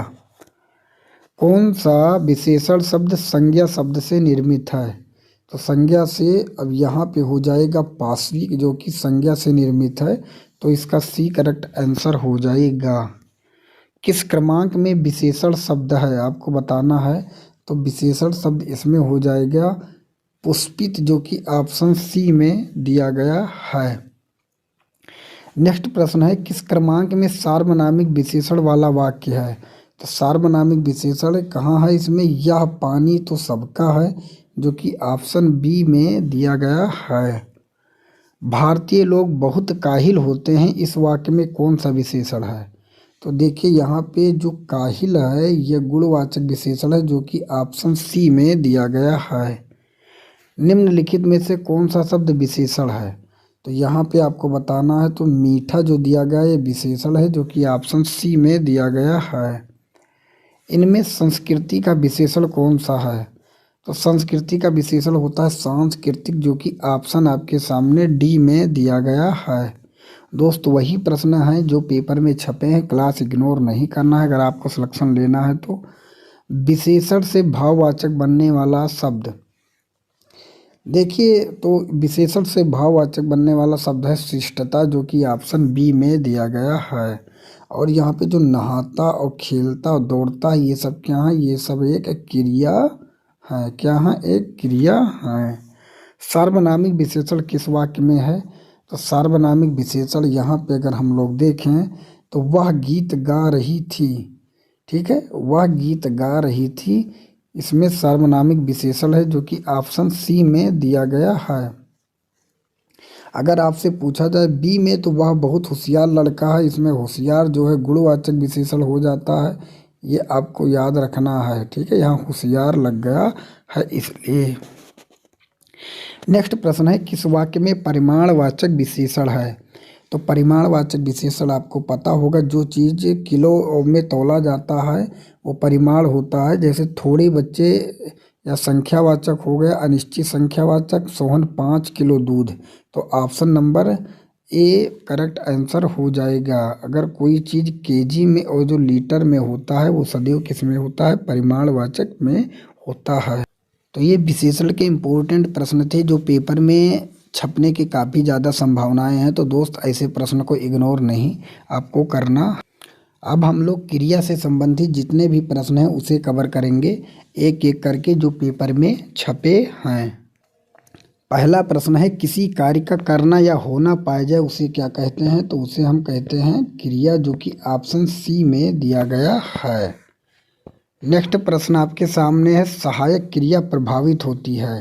तो सहायक क्रिया जो प्रभावित होती है वह होती है लिंग वचन से, जो कि ऑप्शन नंबर ए में दिया गया है। नेक्स्ट प्रश्न आपके सामने है, अकर्मक क्रिया है। देखिए, अकर्मक क्रिया ऑप्शन के ऊपर डिपेंड करता है। तो यहाँ पे अकर्मक चलाता और लिखना खाता ये सकर्मक है। तैरना एक अकर्मक क्रिया है और सोना एक अकर्मक क्रिया है और रोना एक अकर्मक क्रिया है, ये आपको याद रखना है। तो इसका correct answer option number D सही हो जाएगा। वह लजा रही है, इसमें क्रिया कौन सी है? तो लजा रही है, तो इसमें हो जाएगा अकर्मक क्रिया, जो कि बी में दिया गया है। निम्नलिखित में से प्रेरणार्थक क्रिया, तो प्रेरणार्थक क्रिया इसमें अगर देखें तो नहलवाया, जो कि ऑप्शन ए में दिया गया है। ठीक है, आपको याद रखना है नहलवाया। पूर्व कलिक, यहाँ कलिन सॉरी हो गया, कलिक होना चाहिए पूर्व कलिक क्रिया। तो जहाँ पे कर लग जाए क्रिया में वही हो जाता है पूर्व कलिक। जैसे धर्मेंद्र पढ़ कर सो गया, तो ऑप्शन ये सही हो जाएगा। पूजा ढोलक बजाती है, वाक्य में क्रिया क्या है? तो देखिए, जिसका कर्म मिल जाता है वो हो जाता है सकर्मक। तो इसका करेक्ट आंसर हो जाएगा ऑप्शन नंबर डी सकर्मक। सकर्मक क्रिया का उदाहरण नहीं है। तो मोहन फल खाता है, ये सकर्मक है। सीता गीत गाती है, ये भी सकर्मक है। पक्षी आसमान में उड़ता है, पक्षी आसमान में उड़ता, तो उड़ना दोस्त यहाँ पे अगर ऑप्शन के ऊपर अगर हम डिपेंड करेंगे देखेंगे तो जो पक्षी आसमान में उड़ता है यही इसका करेक्ट आंसर हो जाएगा, जो कि ऑप्शन सी में दिया गया है। अकर्मक क्रिया का उदाहरण है, तो यहाँ देखते ही पता आपको चल गया होगा। उदाहरण नहीं है कहा गया, तो पूजा रोती है अकर्मक क्रिया है। अशोक हंसता है अकर्मक क्रिया है। और सूर्य चमकता है, ये भी अकर्मक क्रिया है। लेकिन राधा खाना बनाती है, एक सकर्मक क्रिया है। तो ऑप्शन डी इसका करेक्ट आंसर हो जाएगा। नेक्स्ट प्रश्न है, अकर्मक क्रिया नहीं है। अकर्मक क्रिया नहीं आपको बताना, तो जागना, उड़ना, उगना, ये तीनों क्या हैं? ये तीनों अकर्मक क्रिया हैं। लेकिन खाता जो है ये अकर्मक क्रिया नहीं है, यह एक सकर्मक क्रिया है। द्विकर्मक क्रिया का उदाहरण, तो द्विकर्मक का क्रिया जहाँ दो कर्म हो, जैसे यहाँ देखिए अध्यापक और छात्र दो हैं, तो द्विकर्मक हो गया। तो सी इसका करेक्ट आंसर हो जाएगा। नेक्स्ट प्रश्न है, संयुक्त क्रिया का उदाहरण नहीं है आपको बताना है। तो यहाँ पे जो डबल क्रिया होता है, जैसे उड़ा और करती, ये संयुक्त क्रिया है। खा लिया संयुक्त क्रिया है। कूद पड़ा, तो ये तीनों के तीनों संयुक्त क्रिया है। लेकिन यहाँ केवल जाति लिखा है एक बार, तो ये नहीं है। तो डी इसका करेक्ट आंसर हो जाएगा। नेक्स्ट प्रश्न आपके सामने है, निम्न में से प्रेरणार्थक क्रिया कौन सा है? तो प्रेरणार्थक क्रिया जो काम किसी से दूसरे से कराया जाता है उसे प्रेरणार्थक क्रिया कहते हैं। जैसे पूजा राधा से पत्र पढ़वाती है, यह काम करवाया जाता है। तो ये ऑप्शन ये इसका करेक्ट आंसर हो जाएगा। नाम धातु क्रिया नहीं है। नाम धातु तो जो संज्ञा और सर्वनाम से बनता है, संज्ञा सर्वनाम से या बन जाए उसे हम कहते हैं नाम धातु क्रिया। चमकना ये नाम धातु है। अपनाना और ल जाना, ये तीनों के तीनों अगर संज्ञा विशेषण सर्वनाम से बन जाए तो उसे कहते हैं नाम धातु। लेकिन यहाँ पे चलना नहीं है जो कि बी में दिया गया है। निम्न वाक्यों में से सहायक क्रिया का प्रयोग नहीं हुआ है। सहायक क्रिया का प्रयोग नहीं हुआ है, आपको बताना है। तो इसमें अगर आप देखेंगे रहे थे, यहाँ है, यहाँ भी हूँ, लेकिन यहाँ नहीं है, तो डी इसका करेक्ट आंसर हो जाएगा। सजातीय क्रिया का उदाहरण है। सजातीय क्रिया का उदाहरण है, आपको बताना है। तो सजातीय क्रिया का मतलब जहाँ डबल क्रिया लगी हो, जैसे यहाँ केवल पिया दिया है, यहाँ गाती है, यहाँ गया, लेकिन यहाँ लड़ाई लड़ी, तो इस तरह हुआ लड़ाई लड़ी। ठीक है, तो ये हो गया सजातीय क्रिया जो कि ऑप्शन डी में दिया गया है। नेक्स्ट प्रश्न है द्विकर्मक क्रिया में बताना है। द्विकर्मक क्रिया में रिक्त स्थान आपको पूर्ति करना है। तो प्रथम कर्म अप्राणीवाचक होता है और द्वितीय प्राणीवाचक, गलत है। प्रथम कर्म प्राणीवाचक होता है और द्वितीय कर्म अप्राणीवाचक होता है, तो इसका करेक्ट आंसर बी सही हो जाएगा। नेक्स्ट प्रश्न आपके सामने है आसमान में पक्षी उड़ता है, इस वाक्य में कौन सी क्रिया है? तो दोस्त इसमें अकर्मक क्रिया हो जाएगा जो कि ऑप्शन आपके सामने ए में दिया गया है। क्रिया शब्द का अर्थ है, क्रिया शब्द का अर्थ जो है करना है, जो कि ऑप्शन बी में दिया गया है। द्विकर्मक क्रिया में कौन सा कर्म प्रधान होता है? कौन सा कर्म प्रधान होता है? तो अप्राणीवाचक जो होता है वो प्रधान होता है, तो बी इसका करेक्ट आंसर हो जाएगा। नेक्स्ट प्रश्न आपके सामने है राम रोटी खाता है, इसमें क्रिया क्या है? राम रोटी खाता है, तो इसमें जो क्रिया है सकर्मक क्रिया है, तो सी इसका करेक्ट आंसर हो जाएगा। नेक्स्ट प्रश्न है इनमें से कौन सा कथन सही नहीं है? तो कृतवाच्य में क्रिया के लिंग वचन कर्ता के अनुसार होते हैं, सही है। क्रमवाच्य सदैव सकर्मक क्रियाओं का ही होता है, सही है। भाववाच्य में क्रिया का संबंध कर्ता और कर्म से नहीं होता, ये भी बिल्कुल सही है। क्रमवाच्य में भी क्रिया के लिंग वचन कर्ता के अनुसार होता है, ये गलत है। क्रिया लिंग वचन एवं कर्ता के अनुसार होता है, तो ये गलत है, जो कि कर्म के अनुसार होना चाहिए, तो ऑप्शन नंबर डी इसका करेक्ट आंसर हो जाएगा। नेक्स्ट प्रश्न आपके सामने है, इसका उत्तर देना है। राम तैरता है, इस वाक्य में कौन सी क्रिया है? तो राम तैरता ये अकर्मक क्रिया है, सी इसका करेक्ट आंसर हो जाएगा। मैं नहा धोकर नाश्ता करूंगा, मैंने आपसे कहा जहाँ पर कर जुड़ जाए वहाँ पे पूर्वकलिक क्रिया हो जाता है, तो बी इसका करेक्ट आंसर हो जाएगा। निम्नलिखित में से सकर्मक क्रिया का चयन करना है। तो सकर्मक क्रिया का आपको बताना है, सकर्मक क्रिया का चयन, तो बहा, बैठा, डूबा, नहीं, गाया, तो इसका करेक्ट आंसर जो कि ऑप्शन सी में दिया गया है। मैं नहा धोकर नाश्ता करूंगा, तो यहाँ पे तो आपको पता चल गया पूर्वकलिक जो कि सी में दिया गया है। नेक्स्ट प्रश्न है, देखिए है अगला प्रश्न, नीरज गया और नीरज घर गया दोनों वाक्यों में क्रिया का योग। देखिए अब ये डिपेंड करेगा ऑप्शन के ऊपर, यहाँ पे आप गलत है, हम करेंगे तो नीरज गया, यहाँ पे कहाँ गया कर्म नहीं पता है, तो ये तो अकर्मक बना, और नीरज घर गया यहाँ पता है कर्म, तो यह हो गया सकर्मक, तो अकर्मक और सकर्मक जो कि सी में दिया गया है। निम्नलिखित में से कौन सा वाक्य अकर्मक क्रिया का है? तो ऑप्शन के ऊपर सब डिपेंड करता है। रमेश ने सुरेश को पुस्तक दी, ये है सकर्मक। माली पेड़ों को पानी देता है, ये भी सकर्मक। बीना सामान लाती है, ये भी सकर्मक। और बच्चे जोर से रोया, ये अकर्मक है जो कि डी में दिया गया है। इनमें से वाक्य में अकर्मक क्रिया का प्रयोग किया गया है, तो अकर्मक क्रिया का प्रयोग जो किया गया है, सोना तो ऑलरेडी क्या है एक अकर्मक क्रिया है, तो ये इसका करेक्ट आंसर हो जाएगा। नेक्स्ट प्रश्न आपके सामने, घोड़ा दौड़ रहा है, तो दौड़ना मैंने आपसे बता दिया, दौड़ना हो जाए, रोना हो जाए, सोना हो जाए, ये सभी के सभी अकर्मक में आते हैं, जो कि ऑप्शन डी में दिया गया है। नेक्स्ट प्रश्न आपके सामने, यहाँ पे उड़ना, तैरना, दौड़ना ये सभी अकर्मक क्रिया हैं। पूछा गया था कौन सा अकर्मक क्रिया है, तो डी इसका करेक्ट आंसर हो जाएगा। इनमें से किस वाक्य में द्विकर्मक क्रिया है? जहाँ दो लोग हैं, आपको देखना मनीष चाय भी पीता और दूध भी, ये गलत हो जाएगा।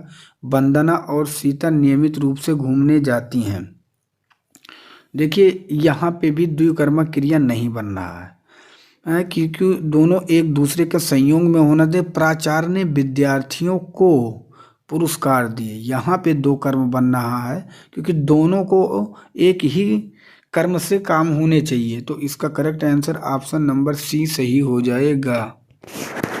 अभिजीत पिछले 18 घंटों से सो रहा है, इस वाक्य में कौन सी क्रिया है? आपको बताना है। तो सोना जैसे लग गया वो हो गया अकर्मक, जो कि ऑप्शन ए में दिया गया है।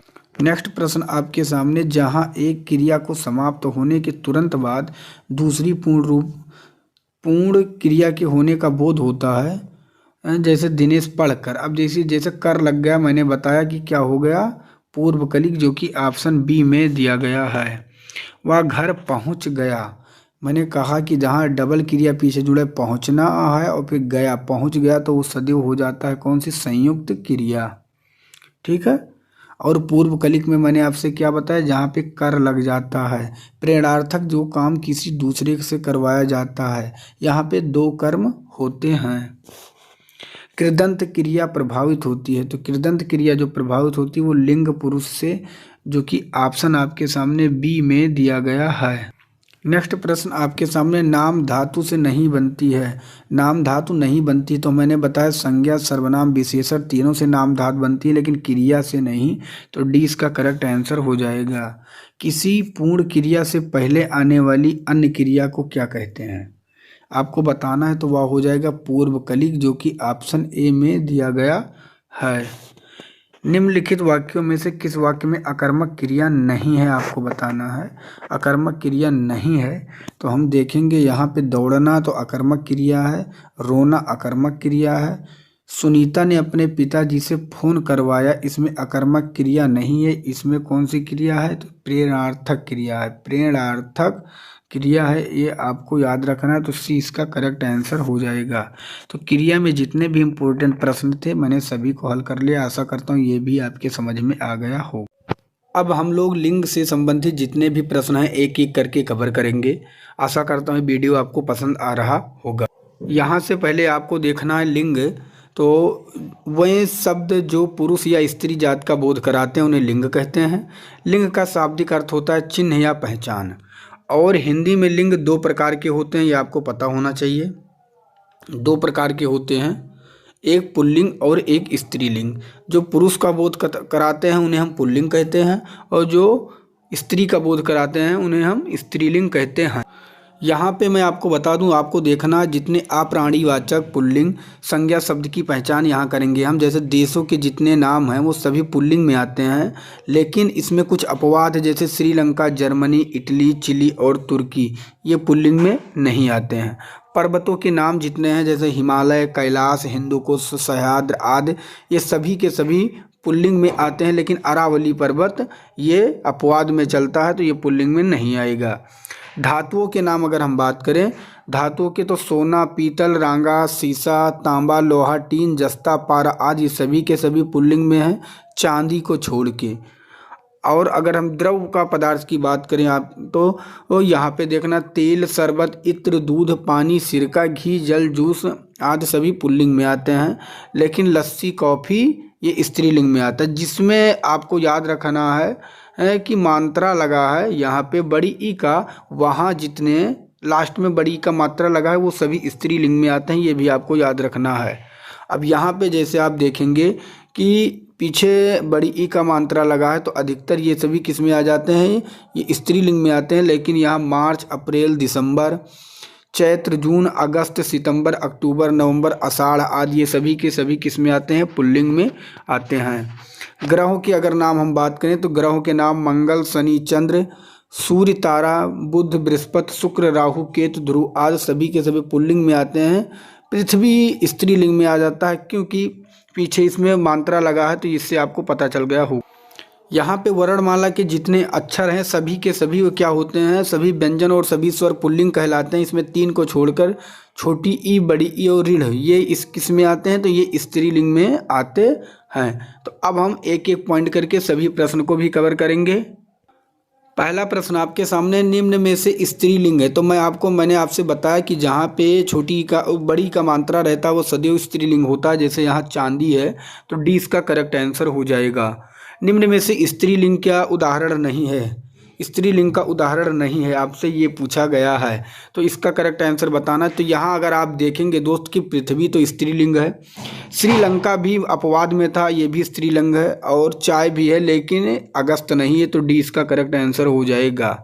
निम्न में से उभयलिंग शब्द नहीं है। उभयलिंग का मतलब होता है जो स्त्री और पुरुष दोनों को जो पद मिल सकता है। जैसे डॉक्टर, इसमें स्त्री और पुरुष दोनों हो सकते हैं। राष्ट्रपति स्त्री और पुरुष दोनों हो सकते हैं। मंत्री स्त्री और पुरुष दोनों हो सकते हैं। तो ये सभी उभयलिंग में आते हैं, लेकिन हिंदी नहीं है, तो डी इसका करेक्ट आंसर हो जाएगा। गुणवान का स्त्रीलिंग क्या होगा? तो हमें पता है गुणवती हो जाएगा, जो कि ऑप्शन सी में दिया गया है। कर्ता का स्त्रीलिंग की बात करें तो कर्त्री हो जाएगा, जो कि ऑप्शन बी में दिया गया है। स्त्रीलिंग शब्द नहीं है, आपको बताना है स्त्रीलिंग शब्द नहीं है। तो अगर हम देखें, युवती, वीरांगना, साध्वी तीनों स्त्रीलिंग है, लेकिन वीर जो है पुल्लिंग है, जो कि ऑप्शन डी में दिया गया है। साधु का स्त्रीलिंग शब्द क्या होगा? तो साध्वी होगा, जो कि ऑप्शन सी में दिया गया है। निम्न में से सत्य नहीं है, आपको बताना है कौन सा सत्य नहीं है। तो तपस्वी का तपस्विनी होता है, जो कि सही है। स्वामी का स्वामिनी होता है। हाथी का हथनी होता है, लेकिन माली का मलकिन नहीं होता, ये गलत दिया गया है। तो इसका correct answer option number D सही हो जाएगा। स्त्रीलिंग संज्ञा शब्द नहीं है, आपको बताना है। गंगा तो स्त्रीलिंग है। अवधि स्त्रीलिंग में आता है, और अमरबेल ये भी आपका स्त्रीलिंग में आता है, लेकिन बाजरा जो तो मोटे अनाज है सभी पुल्लिंग में आते हैं, जो डी इसका करेक्ट आंसर हो जाएगा। पुल्लिंग संज्ञा शब्द नहीं है, यहाँ पे आपको बताना है। तो देखते ही पता चल गया होगा कि यहाँ पे मात्रा है आपका बड़ी का, तो पृथ्वी पुल्लिंग नहीं है, जो कि स्त्रीलिंग है। नेक्स्ट प्रश्न आपके सामने, इसका उत्तर बताना है। सभापति का स्त्रीलिंग रूप क्या होगा? तो इसमें याद रखना है सभानेत्री होगा, जो कि बी में दिया गया है। विद्वान का स्त्रीलिंग, तो विद्वान का स्त्रीलिंग होता है विदुषी, जो कि ऑप्शन ए में दिया गया है। महाशय का स्त्रीलिंग, तो महाशय का स्त्रीलिंग होता है महाशया, ये भी बहुत इंपॉर्टेंट प्रश्न है, जो कि ऑप्शन बी में दिया गया है। सूर्य का स्त्रीलिंग, तो सूर्य का स्त्रीलिंग देखते ही पता चल गया सूर्या होता है, और कुछ नहीं करना है, ये इसका करेक्ट आंसर हो जाएगा। परिचारक का स्त्रीलिंग अगर हम बात करें तो परिचारिका हो जाएगा, जो कि ऑप्शन बी में दिया गया है। लिंग शब्द का अर्थ है, आपको बताना है। तो लिंग शब्द का अर्थ चिन्ह होता है, जो कि ऑप्शन सी में दिया गया है। हिंदी में लिंग कितने प्रकार के होते हैं? तो हिंदी में लिंग दो प्रकार के होते हैं, जो कि पुल्लिंग, स्त्रीलिंग, जो कि ऑप्शन सी में दिया गया है। वह शब्द जो पुरुष या स्त्री जात का बोध कराते हैं उसे क्या कहते हैं? तो उन्हें हम कहते हैं लिंग, जो कि ऑप्शन बी में दिया गया है। कवि का स्त्रीलिंग शब्द क्या है? तो कवि का स्त्रीलिंग होता है कवयत्री, जो कि शुद्ध रूप से कवयत्री सी में दिया गया है। नेक्स्ट प्रश्न है, इनमें से पुल्लिंग शब्द कौन सा है? तो देखते ही पता चल गया होगा। जैसे कोई अगर वर्ड आ जाता है, तो यहाँ पे आप वह एक शब्द बना के भी, पूरा एक वाक्य बना के भी आप चेक कर सकते हैं। मुझे दया आती है, तो आती है ये स्त्रीलिंग होगा। निर्धनता बहुत लोगों के अंदर होती है, तो यहाँ पर भी स्त्रीलिंग हो गया। अगर हम देखेंगे यहाँ बुढ़ापा, बुढ़ापा दिखाते ही बुढ़ापा होता है, तो यहाँ पे होता है जो पुल्लिंग हो गया, तो सी इसका करेक्ट आंसर हो जाएगा। इनमें से स्त्रीलिंग शब्द आपको बताना है कौन सा होगा। तो इसका जो करेक्ट आंसर आपका हो जाएगा, अगर देखें तो चैत्र तो स्त्रीलिंग है, सॉरी चैत्र तो पुल्लिंग में आ जाएगा, चैत्र होता है। मंगलवार, नगर, ये सभी पुल्लिंग में है, लेकिन ऋतु आती है, तो डी इसका करेक्ट आंसर हो जाएगा। निम्न में से सत्य नहीं है। युवक का युवती सही है। वीर का वीरांगना, और विद्वान का विदुषी। नर का नारी होता है, स्त्री नहीं, तो इसका करेक्ट आंसर डी सही हो जाएगा। पुल्लिंग शब्द आपको बताना है, पुल्लिंग संज्ञा शब्द कौन सा है? तो देखते ही आपको पता चल जाएगा कि हिमालय। देखिए खड़ा हिमालय बता रहा है, इससे क्या होता है कि पुल्लिंग में दिख रहा है। मार्च पुल्लिंग में है। चीन एक देश का नाम पुल्लिंग में है, तो सभी हो जाएगा, जो कि डी में दिया गया है।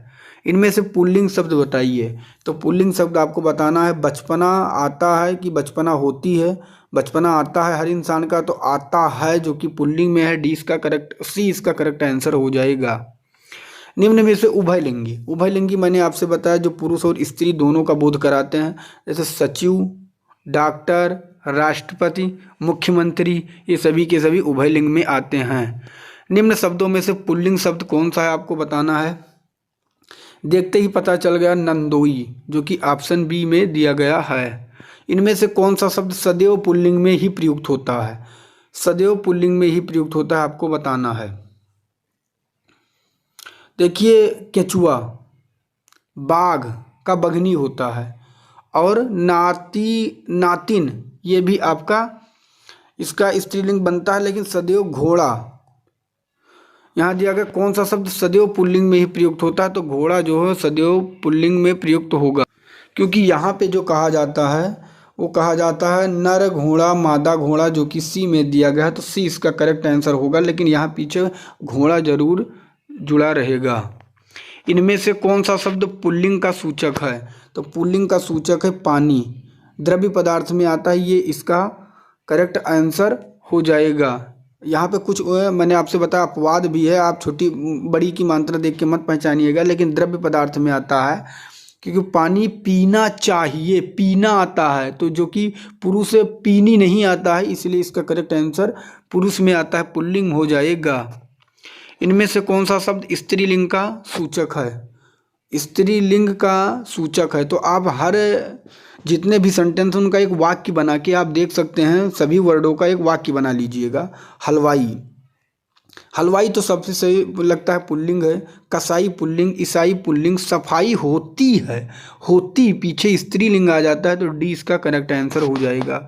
सुंदर शब्द का स्त्रीलिंग जो होता है सुंदरी होता है, जो कि ऑप्शन सी में दिया गया है। हलवाई का हलवाइन होता है, जो कि ऑप्शन ए में दिया गया है। सॉरी दोस्त, यहाँ पे हलवाइन यहाँ पर भी दिया गया है, तो यहाँ पे इस मात्रा का प्रयोग नहीं होना चाहिए, बी इसका करेक्ट आंसर हो जाए, हलवाइन बी में दिया गया है।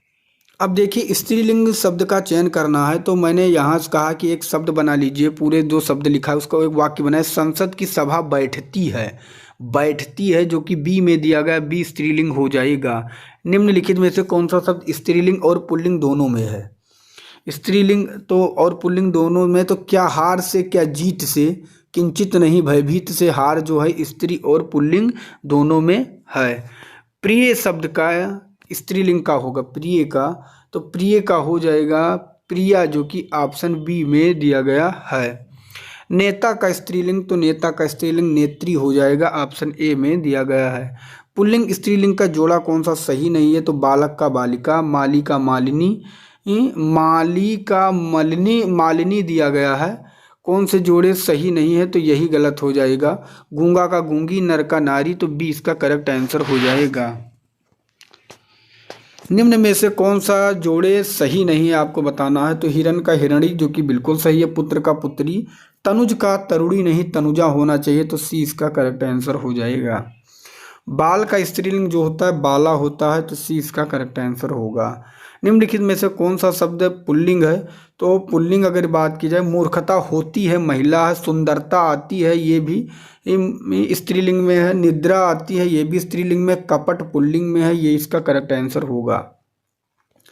निम्नलिखित शब्दों में से स्त्रीवाचक शब्द कौन सा है, तो बाला देखते ही पता चल गया, बाला एक स्त्रीवाचक शब्द है।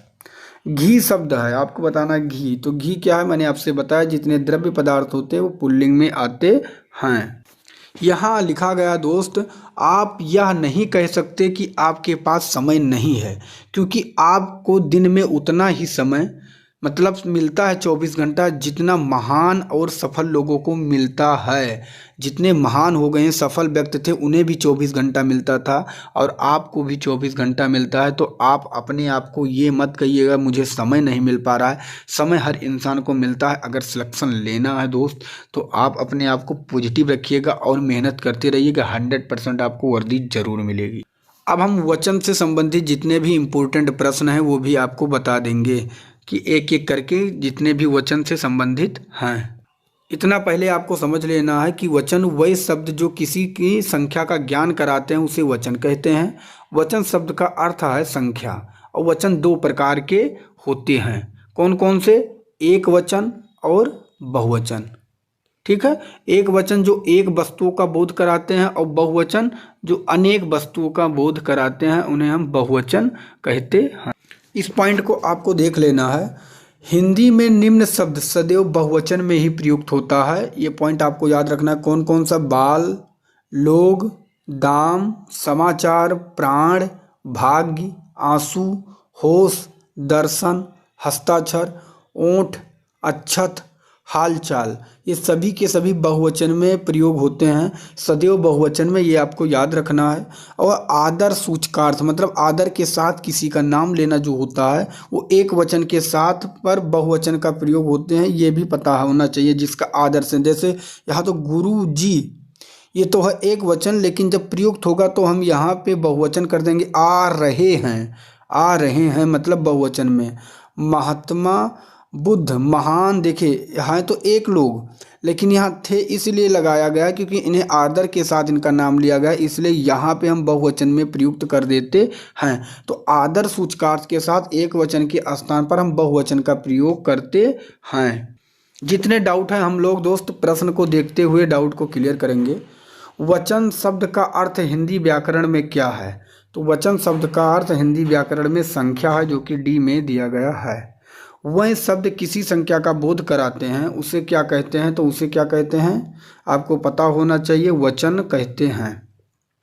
जो विशेषता बताते हैं उन्हें हम क्या कहते हैं? विशेषण कहते हैं। समास का संक्षेप अर्थ क्या होता है? तो संक्षेप आपसे पूछा जाए और ये भी आपको पता होना चाहिए। अव्यय कभी बदलते वाक्य नहीं है, वो ज्यों का त्यों रहते हैं, ये भी आपको पता होना चाहिए। बेटा का बहुवचन तो हमें पता है बेटे हो जाएगा, जो कि सी में दिया गया है। एक वचन शब्द नहीं है, तो यहाँ पे अगर हम देखें सोना एक वचन में आता है, पानी एक वचन में आता है, सत्य एक वचन में, दर्शन को क्या है मैंने बताया सदैव बहुवचन में आता है। आपको पता होना चाहिए जितने द्रव्यवाचक वाक्य हैं, द्रव्यवाचक संज्ञा, द्रव्यवाचक संज्ञा, सोना, चांदी, लोहा, ये सभी के सभी एक वचन में आते हैं। बहुवचन शब्द है तो मैंने आपसे बताया यहाँ पे कि जो प्राण है वो क्या है? बहुवचन है। बहुवचन शब्द नहीं है यहाँ पे पूछा गया है, तो हम देखेंगे आंसू बहुवचन में है, हस्ताक्षर बहुवचन, होश भी है, दूध नहीं है, तो डी इसका करेक्ट आंसर हो जाएगा क्योंकि ये द्रव्यवाचक संज्ञा आ गया जो कि एक वचन में आएगा। एक वचन का बहुवचन क्या होगा? एक का बहुवचन क्या होगा? तो एक का बहुवचन होता है अनेक, जो कि ऑप्शन बी में दिया गया है। इनमें से किस शब्द का प्रयोग सदैव बहुवचन में होता है? तो दर्शन शब्द का प्रयोग सदैव बहुवचन में होता है। इनमें से वह शब्द छांटिए जिनका प्रयोग सदैव बहुवचन में होता है, तो हस्ताक्षर जो है ये सदैव बहुवचन में होता है। इनमें से कौन सा शब्द नित्य बहुवचन मतलब सदैव बहुवचन में? तो यहाँ आंसू हो जाएगा, जो कि ए में दिया गया है। निम्न में से बहुवचन शब्द नहीं है, नहीं है तो आपको बताना है। आंसू, बाल, लोग, ये सभी के सभी बहुवचन में है। प्रेम नहीं है, तो इसका करेक्ट आंसर बी सही हो जाएगा। तो अब हम निम्न शब्दों में से बहुवचन शब्द नहीं है आपको बताना है 12 का। तो यहाँ देखेंगे वस्तुएं बहुवचन में हैं, बालाएं, सड़कें बहुवचन में है, दाल नहीं है, तो डी इसका करेक्ट आंसर हो जाएगा। 13 का बताना है बहुवचन शब्द नहीं है इसमें, तो मामा, दादा, बाबा ये सभी हैं। भतीजा का भतीजे भी होता है, तो डी इसका करेक्ट आंसर हो जाएगा, जो कि एक वचन में है। उत्तर प्रदेश पुलिस कांस्टेबल री एग्ज़ाम में एक सीट कंफर्म करने के लिए रामबाण ई बुक आ चुकी है। पूरा syllabus GK, UP GK, Hindi, maths, reasoning complete मिल रहा है 60% डिस्काउंट के साथ। मात्र 39 रुपये की ये ई बुक मिल रही है। खास बात ई बुक कलर और इमेज के साथ है और पूरा सिलेबस कवर किया गया है। अगर आपको लेना है तो दिए गए व्हाट्सएप नंबर 8948667652 पर व्हाट्सएप कीजिए। यहाँ से आपको ये ई बुक 60% डिस्काउंट के साथ मिल जाएगी। एक बार अगर आप पढ़ लेंगे तो फिर आपको किसी के भी कोई कोर्स की ज़रूरत नहीं है। अगर है ज़रूरत तो दिल दिमाग के साथ अच्छे से पढ़ने की। गारंटी के साथ कहा जा सकता है कि आपको इस ई बुक के फ़ायदे एग्ज़ाम में देखने को ज़रूर मिलेंगे।